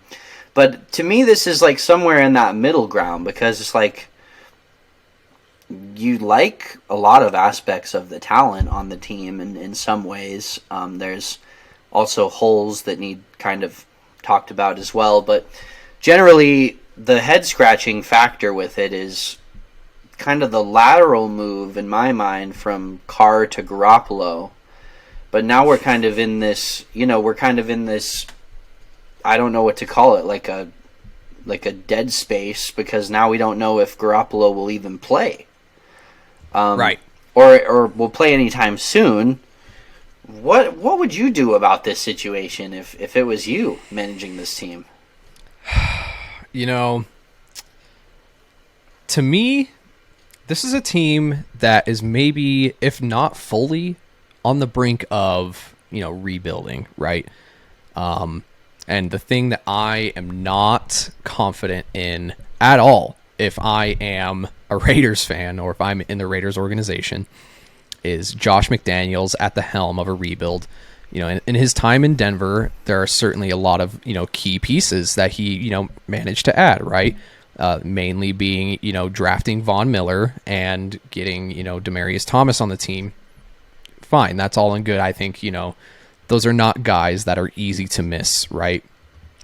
In regards to the Garoppolo situation, I think that there's another big elephant in the room, ironically, with the Garoppolo situation being that Tom Brady is now a part owner of the Las Vegas Raiders, and there's been some talk about if Garoppolo can't go, will Tom come in and play one more. We are both fans of That's Good Sports. He talks a little bit about this, and what would have to happen, is that obviously he sells his stake, in the Raiders, and the league would have to okay it and all of this. But just in general, I am not stoked at all about the Jimmy Garoppolo situation. If Jimmy Garoppolo is the guy that you have, leading into the season, and if he's coming in, he may not play. He is on a 3-year, damn near $73 million deal. He can be released next offseason, saving $13 million toward the cap. But yeah, Jimmy Garoppolo is not somebody that I would be too stoked about going into the season, to say the least. What about you? What are your thoughts? Well, I think the situation is he may play some portion of this year, but we don't know how much. And as you said, this is a team with their toe in the water of like trying to win, and then they may just pull that toe out and dive right in and just be bad if things go bad. Which, I mean, if you don't have Jimmy Garoppolo for the first portion of the season, how do you expect them to go good? Like, are you going to start Brian Hoyer? Who I was going to say, Brian Hoyer going out there and starting at the helm. That's been the thing, right? That's why people have maybe speculated about the fact that like, if you are an owner of an NFL team, you have a vested interest in that team doing well, financially. Maybe there's been some talk that like Tom Brady go into the off, like if anybody else can't do it, just fuck it, go and do it yourself. Well, that's why frankly I think the decision to not bring back Jarrett Stidham is indefensible from my perspective. 100%. Because at the end of the day, even if you don't start him, what's the harm in having him to push your starter, especially with Garoppolo, where he's really washed out of every situation he's been a part of to some degree in the past. I mean, that wasn't always within his control. I'm sorry, I'm trying to clear an update it's asking me to do. Sorry. No, you're good. Is it canceling the... Okay. Mm-hmm. Yeah, but at the end of the day, like, it's not a bad thing to have a guy like Stidham in there, and he played really well for you at the end. In fact, the team seemed to rally around Stidham, and we were talking about a season where the players themselves had very little to rally around as it was. Things were going poorly, the spirits were low, and frankly, I think that's a microcosm of kind of the reality of this team, in my personal opinion, is that, Josh McDaniels has lost this locker room. It's blatant, 100%. It's obvious to me.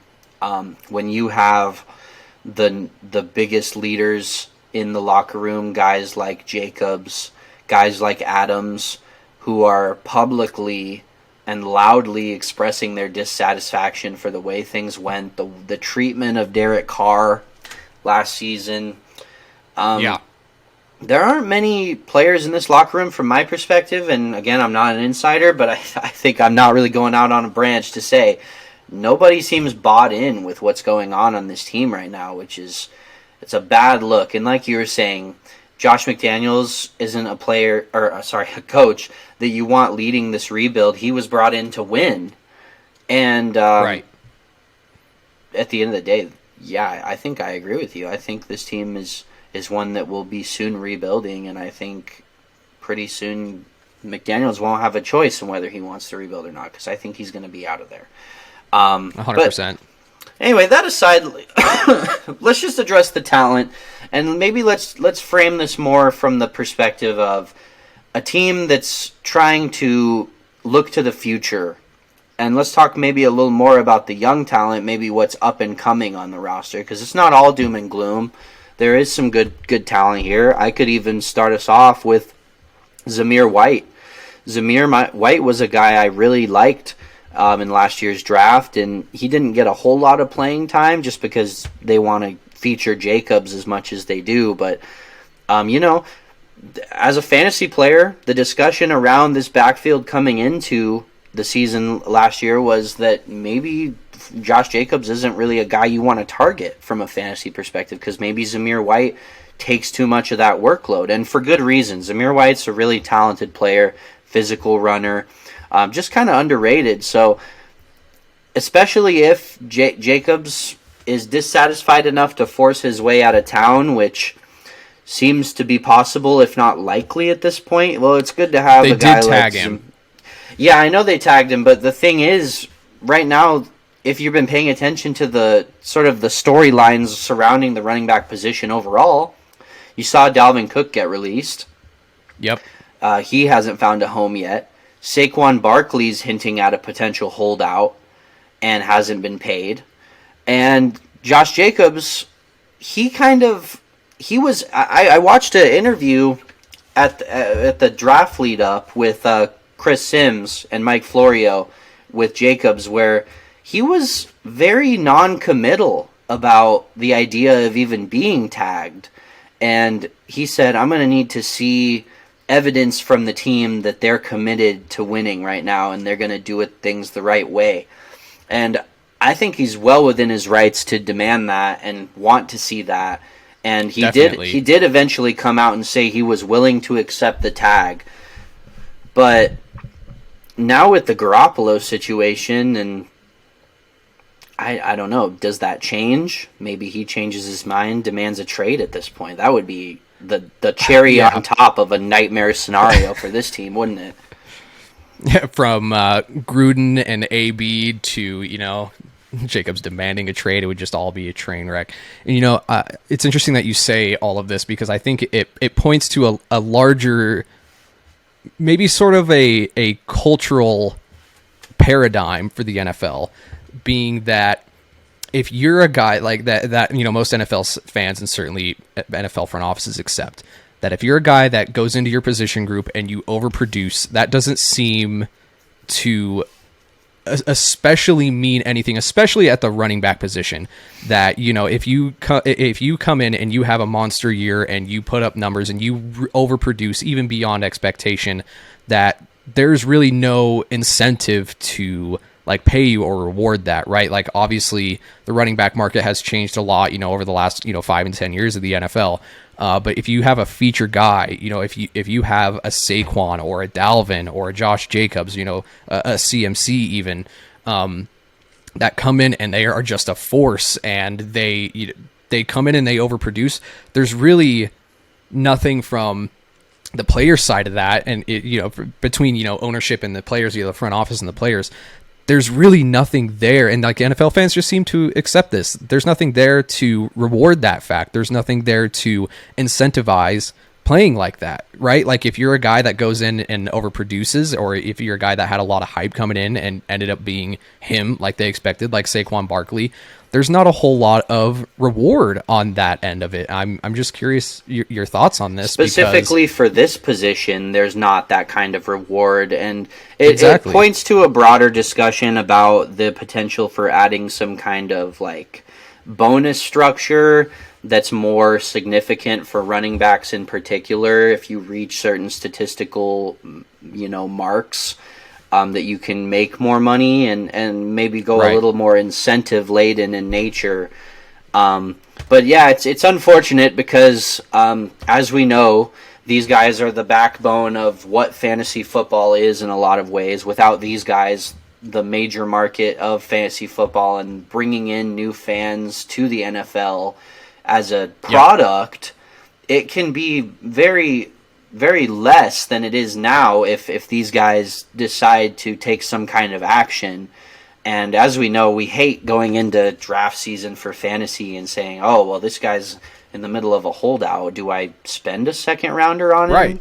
And it's bad for the sport. It's bad for the players.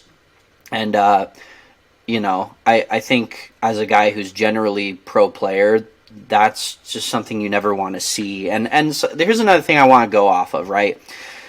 As we know, teams, they look within their own division a lot. And there's two really good examples of this, of microcosms of this issue amongst two teams in this division, which one we'll get to. But the first one we already talked about with Austin Eckler. I mean, if a guy like Austin Eckler, who has been ultra productive within a 3-down back role, can barely get himself paid, which, I mean, what happened was not getting paid. He got a 1-year stopgap deal to essentially keep him in town and keep him satiated for the time being.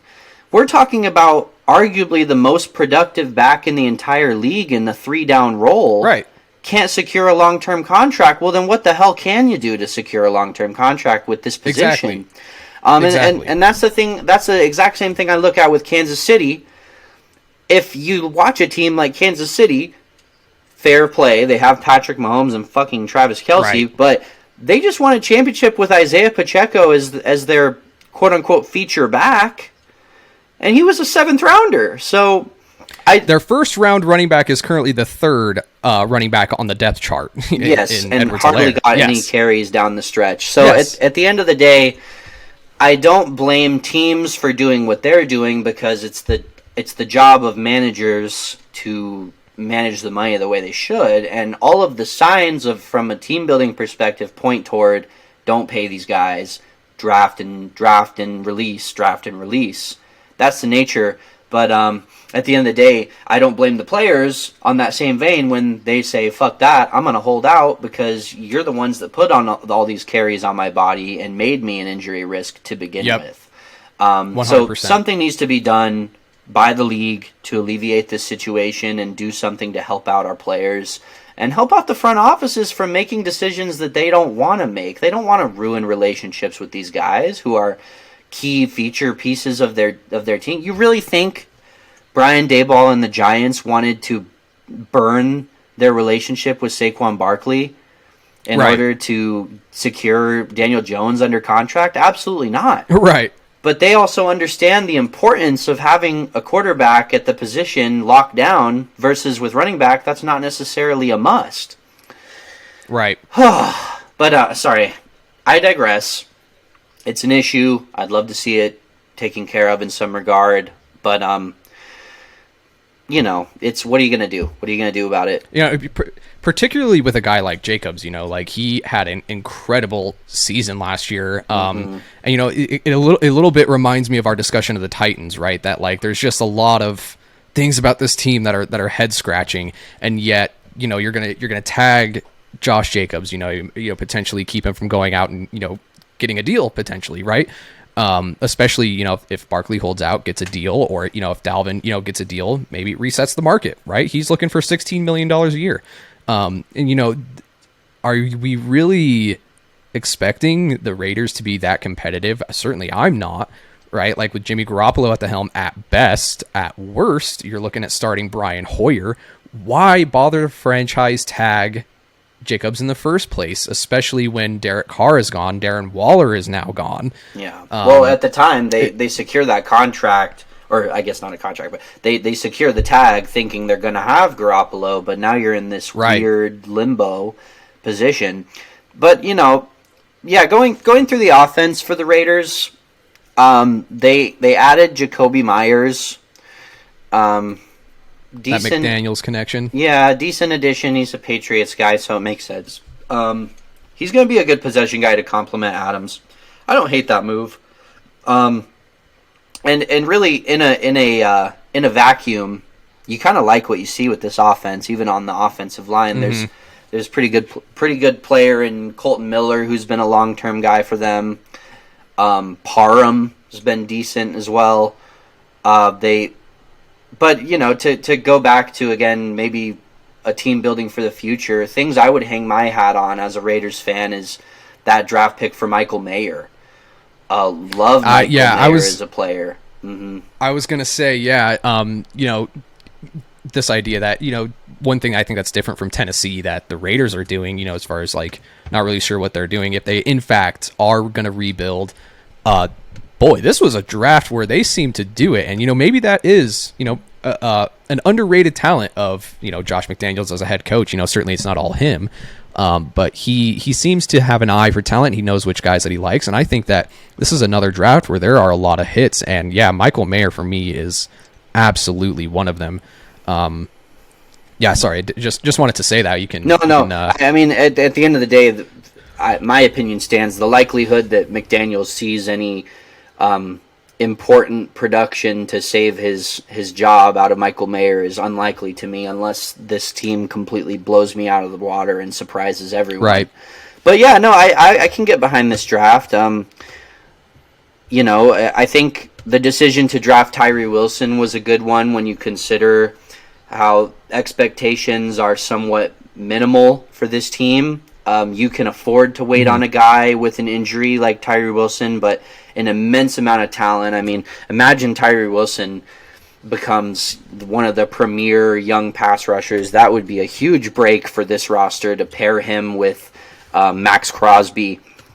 Absolutely. And then, there's other guys too. Like I really liked the Jacorian Bennett selection. That was in round 4. Same. He's a really physical, kind of in the mold of the Asante Samuel type of guy that we were talking about, like a really very chippy ball corner. hockey. Yeah, out of Maryland, liked him a lot.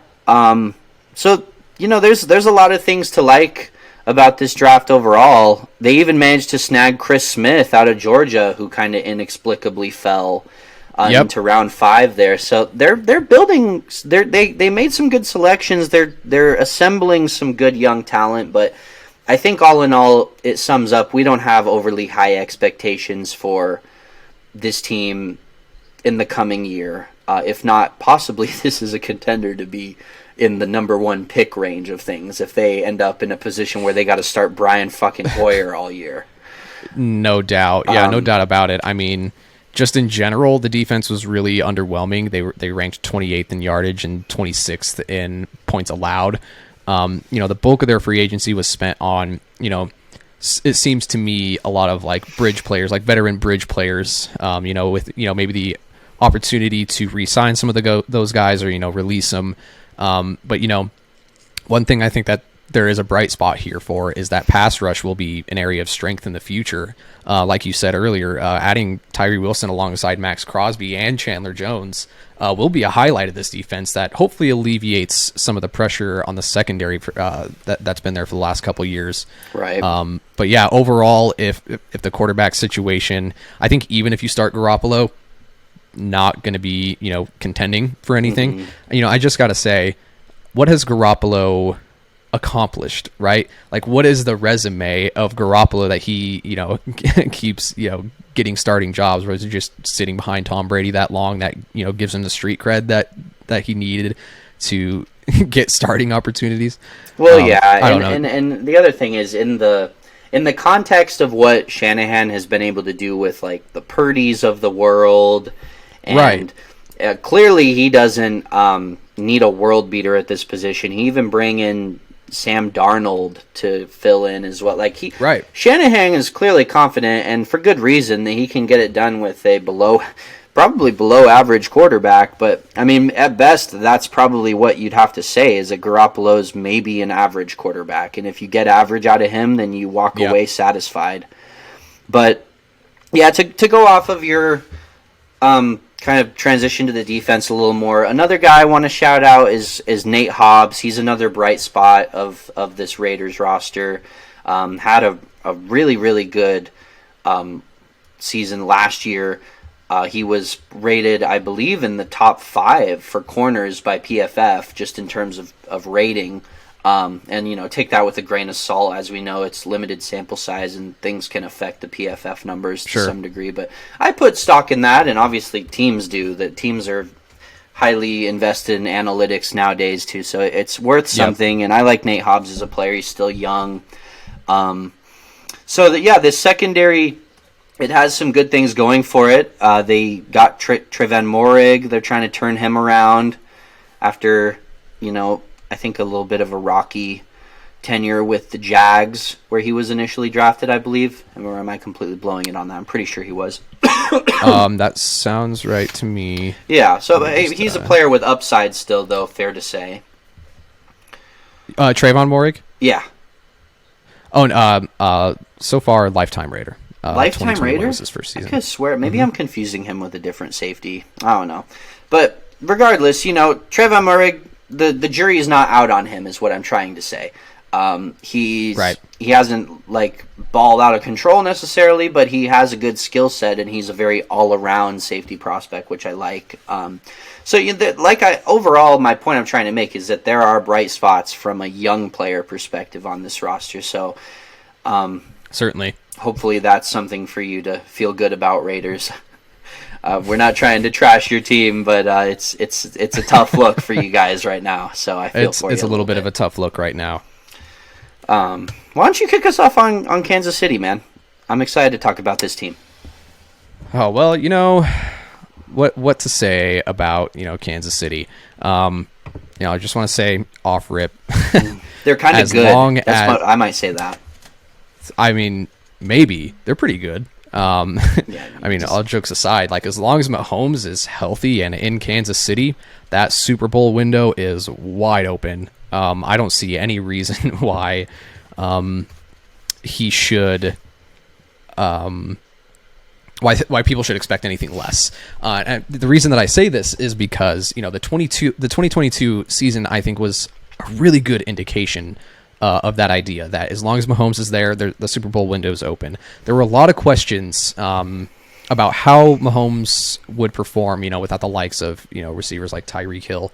But Mahomes just went ahead and silenced all the doubters just by casually putting together an MVP season and bringing home a Super Bowl trophy and a Super Bowl MVP without it. Casually. But yeah, I think as long as Mahomes is there and he is healthy, and that relationship that he's cultivated with Andy Reid, who I will say, certainly Andy Reid gets a lot of love, but Andy Reid certainly has a ton of success, a ton of reason for their success. He's, in my opinion, probably the best offensive mind in football right now. Just consistently able to out-scheme people, out-scheme defenses. I remember, watching that Super Bowl, just that little motion in and then that bam and cut out and, scored twice on the same play. That, that's just classic Andy Reid stuff right there. Like there's really no way to, once you get the defense going, that's Andy Reid's bread and butter, right? Just a lot of weapons, get motion going one way and then just hit them the other way just because you have Patrick Mahomes and you can. Right. Yeah. Yeah. It certainly helps to have Patrick Mahomes. I would agree. Yeah. Sorry. So, I mean, I don't think we need to talk about how good Patrick Mahomes is. He's the best quarterback in the league. It's not even close.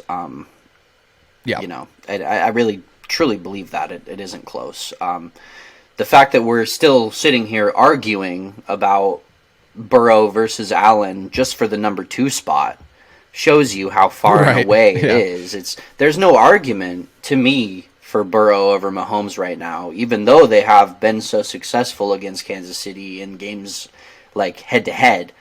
The success isn't there, and the consistency maybe is there for Burrow. And I'm open to that discussion in the future, potentially. But just the fact that we're still, vehemently bashing our fucking heads together about Burrow or Allen for just number 2, it really shows you, Mahomes has this shit on lock for number 1. So, but anyway, yeah, I mean, I would talk about Pacheco. We already addressed it. Pacheco had a great first season. Definitely what a gem. Love his talent. Yeah.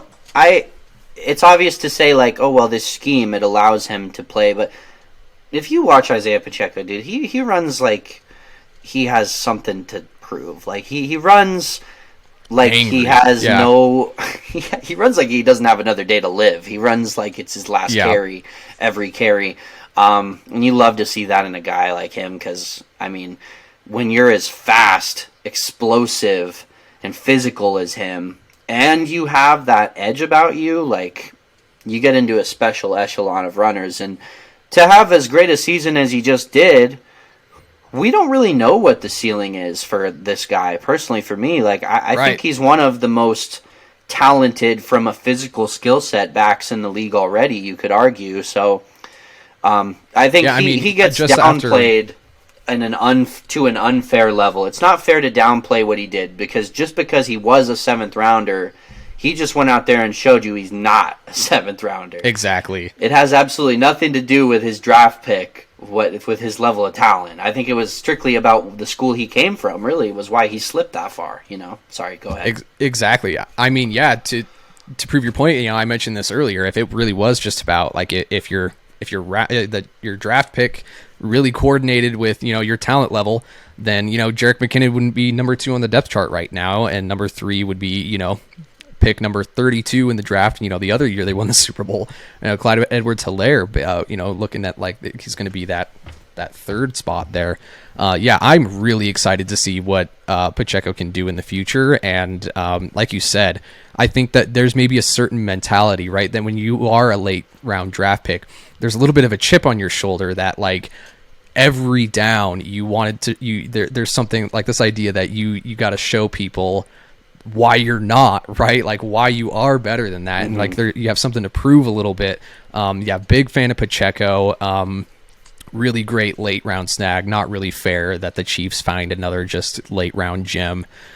But it is what it is. And that's the thing. You could make the argument, well, any running back could succeed in this offense to that level. But Clyde Edwards-Helaire was a first round pick, one of the most touted running back prospects of the last 10 years as a draft his prospect. hype was insane. Insanely hyped, and he comes in and doesn't succeed to this level. So I think that we need to give him his flowers, and who cares about his flowers? He doesn't care about what we have to say about him. He's a Super Bowl champion, so you can take that to the bank. 100%. 100%. But besides that, Jerick McKinnon, he's going to be involved. We know this. He's explosive. Yep. He's scary. He's the scary man that catches the lob pass and takes it for 70. And I expect more of that from him. Jerick McKinnon is far from done in this league. I loved what he was able to do with Minnesota. It was so evident how insanely explosive he is, and that's just kind of what they like with Kansas City. I think Kansas City's in a unique position to where they have such a great offensive coach who can scheme up something to utilize a guy to his full potential, and you have Patrick Mahomes who can make it all work. All the Chiefs have to do is find and identify the guys who have the freakiest skill sets and then teach them how to fit in. And I think that's another thing I want to transition to with the wide receiver core. A guy who was overlooked, one of my favorite prospects of this draft, Rashee Rice out of SMU. Shades of former SMU receiver Cortland Sutton in this guy's game. Right. He's not as big as Cortland Sutton, but he damn well plays like it. He's a 50-50 ball nightmare. You see all kinds of great jump ball receptions from him on his tape. Great routes, crisp route running. Rashee Rice is a problem, and he's going to be a problem with Patrick Mahomes. I just don't know how you let him get to the Chiefs in round 2. That's insane to me. Yeah, 100%. Like phenomenal speed. Great athleticism. He has the measurables to create separation at the next level, to be that contested catch guy. Letting them pick him up in the second round, that is going to be a problem. I know that I've seen some things and some takes that people who are maybe a little bit lower on Rashee Rice, talking about like there's like a diversion of people's viewpoints on him. I'm the opposite. I love him. Yeah, some people are talking about how like there's still Cedric Tillman, Marvin Mims, and Josh Downs were still on the board. I think that this is an offense, and this is a front offense and an offense that knows exactly what they want. And if they letting a guy that is great in space, great at contested catches, getting a quarterback like Patrick Mahomes, I couldn't agree more with you. That is going to be an absolute problem. Yeah, and the argument for Josh Downs is silly because you already have like a bunch of guys that can do what Josh Downs does on this roster. I mean, they selected Sky Moore, right, just not too long ago, and he would be doing all like they needed a guy that could do this, that could be the go-to 50-50 guy. And at the end of the day, with Kadarius Toney, Scantling, Moore, Kelsey, some combination of that, I mean, it's pretty likely that Rashee Rice is seeing one-on-one looks every single time in year one. So who knows what the level of production will be in year one, but I would expect you're going to see some big plays at a minimum. Yeah, and we might diverge on this a little bit. But, to me, clearly the most lacking position group on the team is the wide receiver room. But as we've discussed a little bit earlier, this doesn't seem to matter nearly as much for the Chiefs and Mahomes as it does for other teams.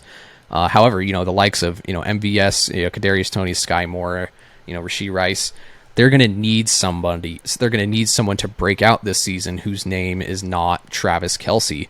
And I think, of all of these candidates, for a breakout season, me personally, I am most optimistic about Kadarius Toney or Rashee Rice, being that guy. If they have one guy break out that is just going to become a matchup nightmare, to create, the opportunities for Kelsey that they've needed to create for him in the past. Just looking, toward the future, right? Like Kelsey is not going to be around forever. He's what is he? Already 33. He's certainly has a lot of gas left in the tank. Clearly, he's best tight end in the league, in my opinion. I don't think there's a question about that.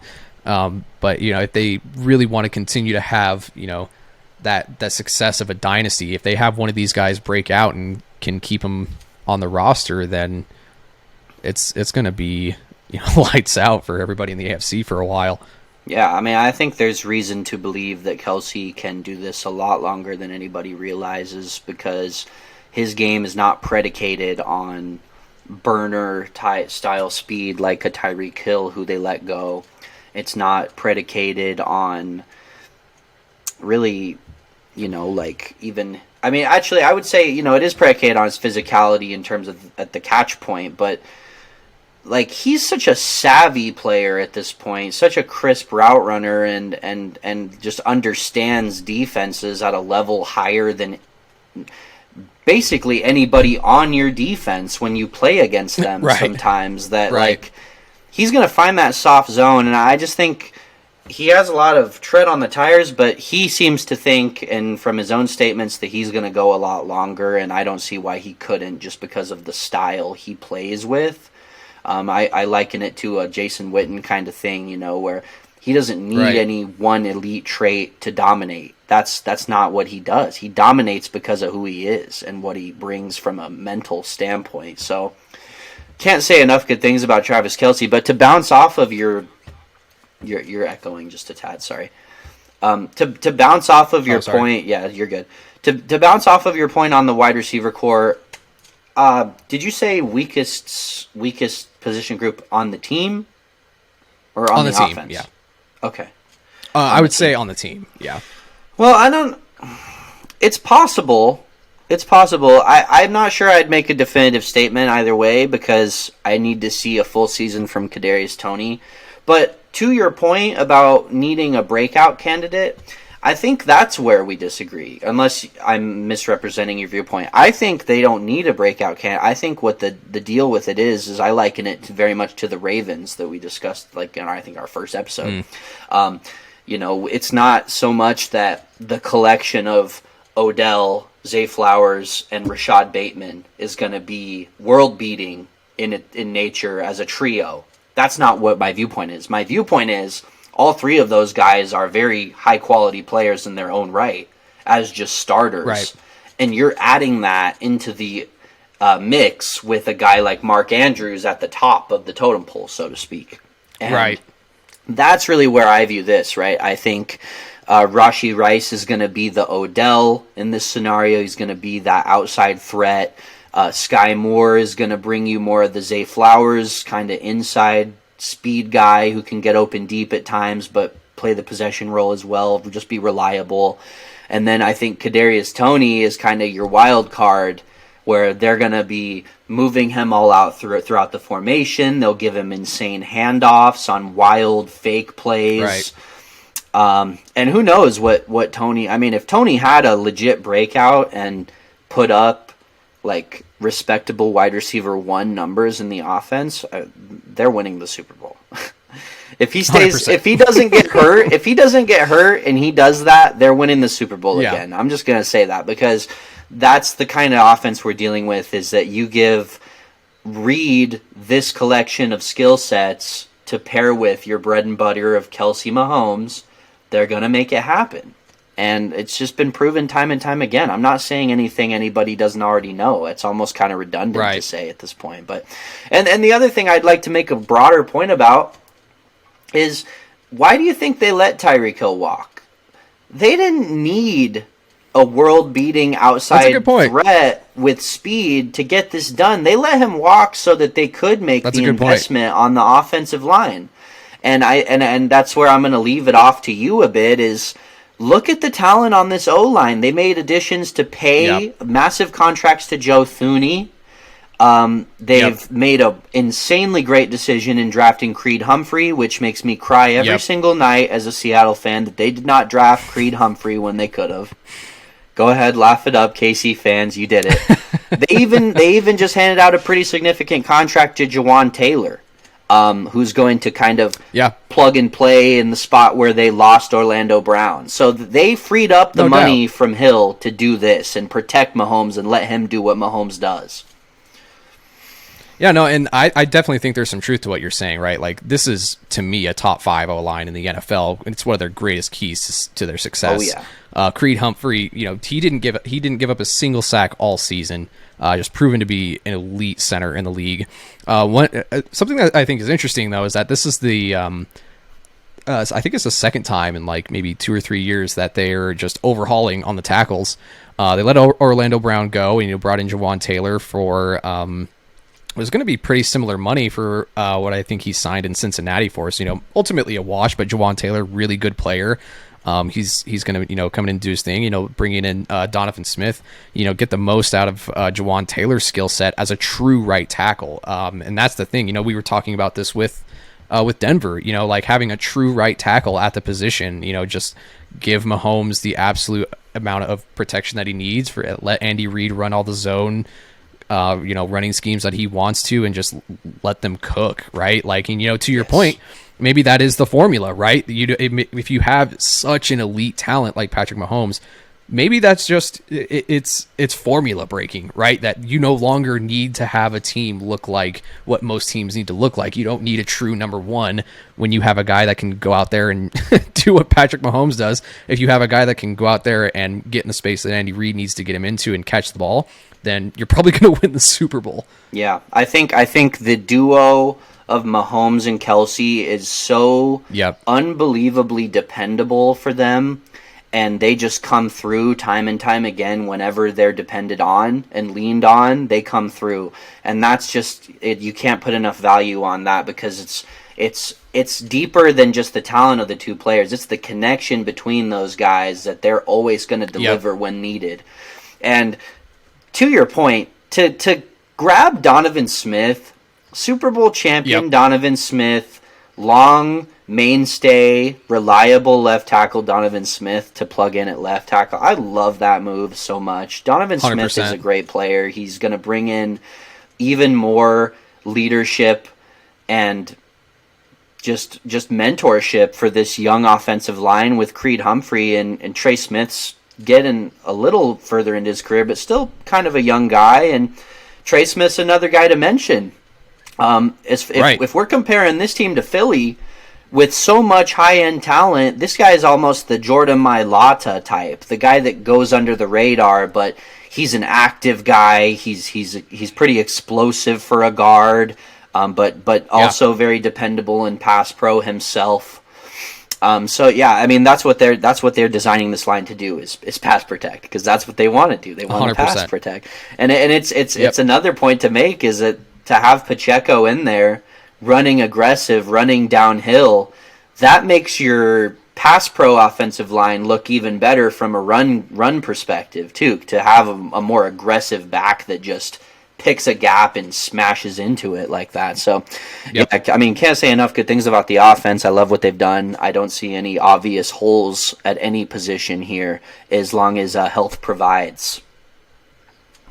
Yeah, and we can transition here to, maybe the more interesting side of the Chiefs, maybe one that, doesn't stick out as, nearly as dominant.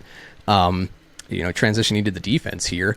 Statistically, they were like directly in the middle of the path, right there at 14th, 15th, 16th, as far as their stats are concerned, which is more than good enough when you have an offense as consistently great as theirs.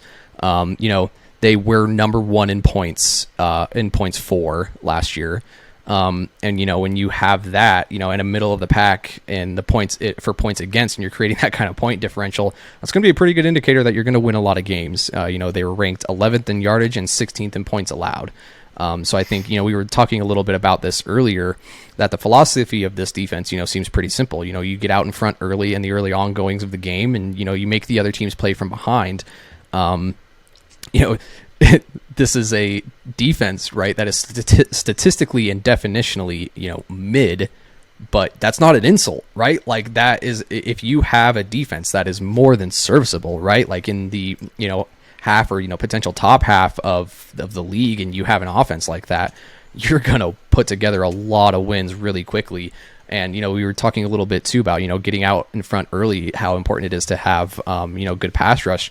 Despite getting rid of Frank Clark, clearing that, $28.3 million salary off their books was a good move, especially for a player that, played his best football in the playoffs. Like, they're going to be in the playoffs anyway, right? They do have, leaving the door open for, for Chris Jones and George Karlaftis to really just take over, and with the addition of, Anudike Uzama to give them, pass rushing firepower is a clear strength of the D line. This is key to their conjunctive high-powered offense, right? When teams are down, they're gonna have to throw the ball a lot, and these three will be a force to be reckoned with in the pass rush. They're middle of the pack against the run, ranked 15th last year. The other thing too, I would note is that this defense didn't generate a lot of turnovers. They ended up with a -3 turnover differential, and they weren't good in the red zone. In fact, you could even go as far as to say that they were terrible in the red zone. They had a touchdown rate of over 67%, which was ranked 31st in the NFL, only above the Colts. But I think that despite that, they did a lot. They did a lot to address some of those things, right? They did lose Frank Clark. They did lose Juan Thornhill as well. But they drafted well. They brought in some pieces, and as long as this defense is not bottom tier in the league, they're going to continue to just create that formula to win a lot of football games. Yeah, and you're saying a lot of good things there, because I think a lot of it ties into my overall point about the defense here, and I think that it gets overlooked just because of how much emphasis on the offense, but there is actually quite a bit of defensive genius coming in with the way that this team was built and the way they're coached to play, the way they want to play as a unit. And to me, Steve Spagnuolo, he is intentionally influencing them to take players who fit this philosophy defensively. And this is what it is to me, summed up. Like you said, get up in games as you would expect to do so with this offense. And then what you do is design your defense to be such a great unit from a secure tackling perspective that you just bleed an offense out late in games where they don't have enough time to get back in. And that's the reason I emphasize secure tackling, because you look throughout the whole defensive roster, you can't find a player who isn't a physical, rugged, just kind of 100% downhill physical tackler. There's guys who are, more hit stick, lay it on you type of guys, and then there's dudes who are just going to get you down. And that's the thing, is that the emphasis for this team on defense is rally tackling, which I love, because it's so much like the Seattle scheme for defense, and that's my favorite type of defense to watch, is a team effort, team gang tackling defenses. When it's most evident to me in the secondary, right? You'd select a Trent McDuffie, who's one of the most all-around physical, like a good run support corner in his own right. And you bring in Justin Reed, I think before last year on a free agent signing. He's another guy who hits super hard. He's very instinctive in the open field. He's always reading routes. And so that's great. He's another guy. And I think it's another reason why they love Snead as much as they do, because Snead's the same way. He's going to do what he can from a coverage perspective, and he's good in that regard. I'd say passable, but he's another guy who actually can lay it on you from the corner position. And he'll chirp. He'll talk at you too. He'll play you physical. And that's pretty much the whole roster.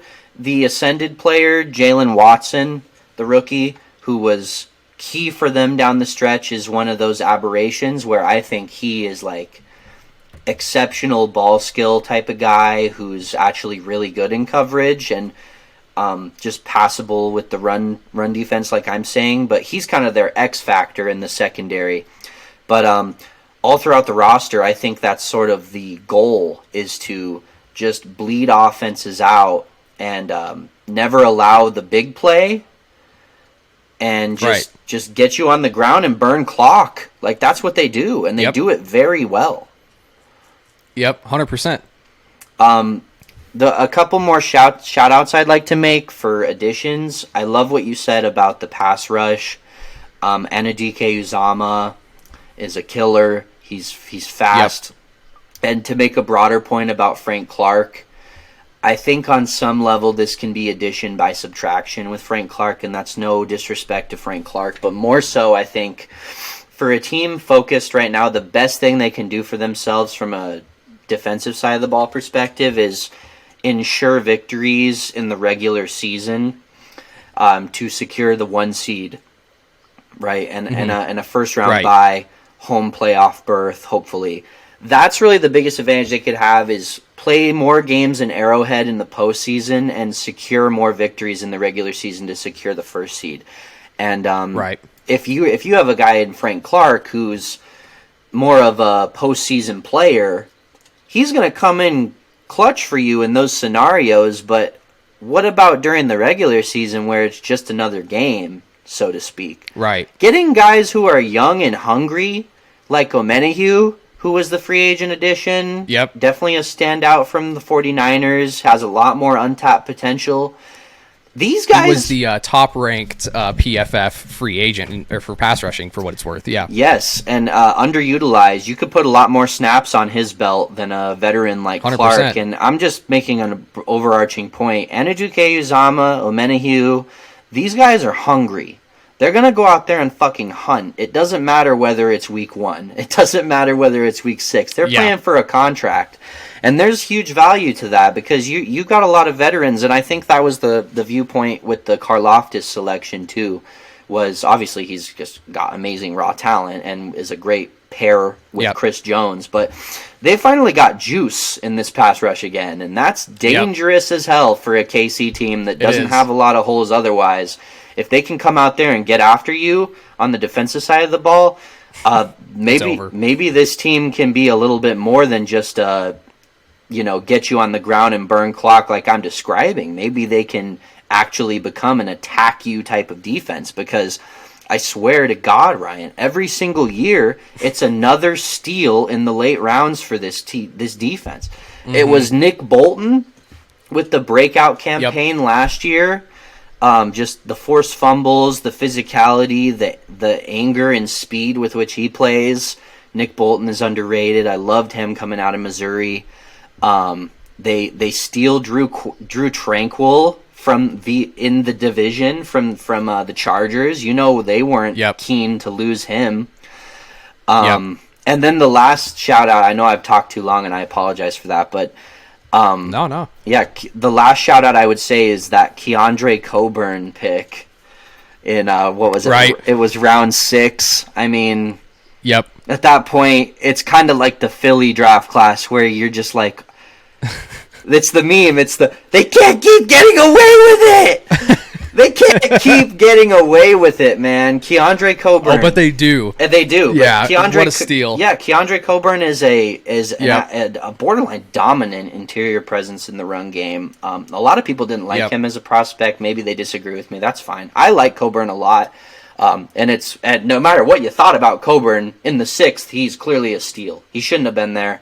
Right. Yes, 100%. And that's great because that's great another value otherwise, right? That's another hole they had. Derek Nadi is really only kind of a interchangeable stopgap guy to go along with Danny Shelton, who's never really lived up to expectations for where he was drafted. So I love Coburn's addition as well. I think he's going to be huge for them this year. It's just. I don't know. They're amazing. They're going to continue to be amazing. And the thing with this defense, you may say like they've been mid and that's been good enough, and I would agree with that assessment from the past perspective. But when I look at the talent on this defense now and what they're adding, it's hard to argue with the Tyreek Hill trade. It's really hard to argue with it because you've been able to assemble. They're better off for it. This collection. They're just straight up better off for it. Yeah, this collection of talent on defense is becoming somewhat world-beating in nature to me. I mean, it's becoming overwhelming. At some point, you throw enough freaking darts at the wall, you're going to end up with a top 15 defense at least. And if they end up with a top 15 defense with this offense, you can kiss the NFL is over. You can kiss the Lombardi goodbye this year because I think they're going back to back. If I had to guess, if that happens, to clarify, if that happens, yep. Yes. So I guess maybe this is the part of the show where it's probably obvious where our heads are at with this. Yeah. But Spencer, I think it's going to be no surprise to you that I've got the Chiefs taking the AFC West by a mile. It's not even going to be close. But I think one thing that's interesting with this division is that with the new playoff structure the last couple of years, there's potential for some of these other teams. Like if Denver can turn it around and they can get even a little bit of what the hope was coming into last offseason, maybe best case scenario they're in the hunt for a wild card spot, which would be interesting. And then once you get a little bit of momentum, right? And then if the Chargers continue to play well, I also expect the Chargers to be very good. I've got obviously Chiefs 1, Chargers 2, Broncos 3, Raiders 4. But if Denver gets a little bit of that success and they can build off of that momentum, it could be AFC West versus everybody in a few years. Mm-hmm. But as of right now, as it stands, I've got the Chiefs taking the AFC West, and it's not even close. Mm-hmm. Like you said, I think they just are going to straight up go back and win another Super Bowl. Okay. Yeah, I mean, let me just go off of like a few things that stand out to me when assessing the division and who can take it is this. It's that, first of all, how the ball drops with the defense would be a big factor. If they do field a top 15 defense, then I would go as far to say that they may sweep the entire division. And they will take the division. But, they could. But more so, to me, I'm going to give the Chargers the benefit of the doubt that they can they can win a game off. They can get a game off of Kansas City this year of the two they're going to play. So right. That means theoretically they could challenge them for record. And I want to at least give them the respect of saying it's possible that they could give them a run for their money in the division, and I think they will challenge in terms of record because, again, regression to the mean. I think as long as the Chargers don't have the same injury luck they've had the last 5 years, then they should be really good. But again, to not bury the lead here, I'm right there with you. Kansas City is going to take the division again. Chargers are still going to be a playoff team, in my opinion, and one of the better ones in the league on that note. But I don't see how you could pick against this team considering the success they've had, and they're kind of the new Patriots right now. It's just, you might as well pencil 100%. Them in. And one last thing I wanted to say was the funny thing about this series from a breakdown perspective is I actually, and you can tell me what you think, but I surprised myself with the amount of upsets I've been selecting with the divisions so far. Same. I was so surprised that we both took the Dolphins to win the AFC That's East. A big one, and it definitely goes against the consensus. I'm sure many people are taking the Bills. And I want to say, with the whole drama going on with Stephon Diggs being missing from the OTAs, maybe there's a little smoke. Maybe there's a little fire behind that smoke from some standpoint of not all is right in Billstown right now. And do you know how five brain it's going to look if we get to November and they've clinched the 1 seed and then everybody's going to be like, oh, the Rumber Pod, they called it in May, man. They called it in May that Miami was going to take that division. That's right. Look, we're going viral off of Miami takes, baby. No, I mean, and the other thing to point toward was we talked about the injuries can factor into the outcome of divisions, but at the end of the day, we have to go off of what's on the roster for us. 100%. Yep. Unless there's a confirmed injury, in which case today we talked about the Raiders. We know Garoppolo's injured. Yep. That has to factor in. But at the end of the day, I'm going to go off of what I see on the screen here when I make these decisions. But yeah, it was weird. We took Ravens over Bengals. We took Miami over Bills. But today, I think you took the Ravens over the Bengals. That's true. That I did. That's true. Yeah. We're going chalk today. Kansas City's taking this division flat out. Yeah, 100%. 100%. Well, Spencer, this was another great breakdown. I'm looking forward to doing another one with you tomorrow. And I'm really looking forward to getting our first couple of episodes out. For everybody that is interested, please give us a follow on all of our socials. Our follow handle is @RumberMedia. So once we start going, we're going to try to put pedal to the metal here, and we're not going to stop. We've been having, speaking for myself, I've been having a lot of fun doing it. And it's been great. I've been really looking forward to doing it every week. I don't want to keep doing this anymore. No. Well, that's it. Last episode ever. Thank you, everyone. Rumbler Nation, I'm here for the long haul. I'm here for you. I'm here for my man, Ryan. Ryan, I love you. Another great episode. I can't wait to do another one soon. Excellent. Well, everybody, have a good rest of your weekend, and we will talk soon. Peace and love. Bye. We're out.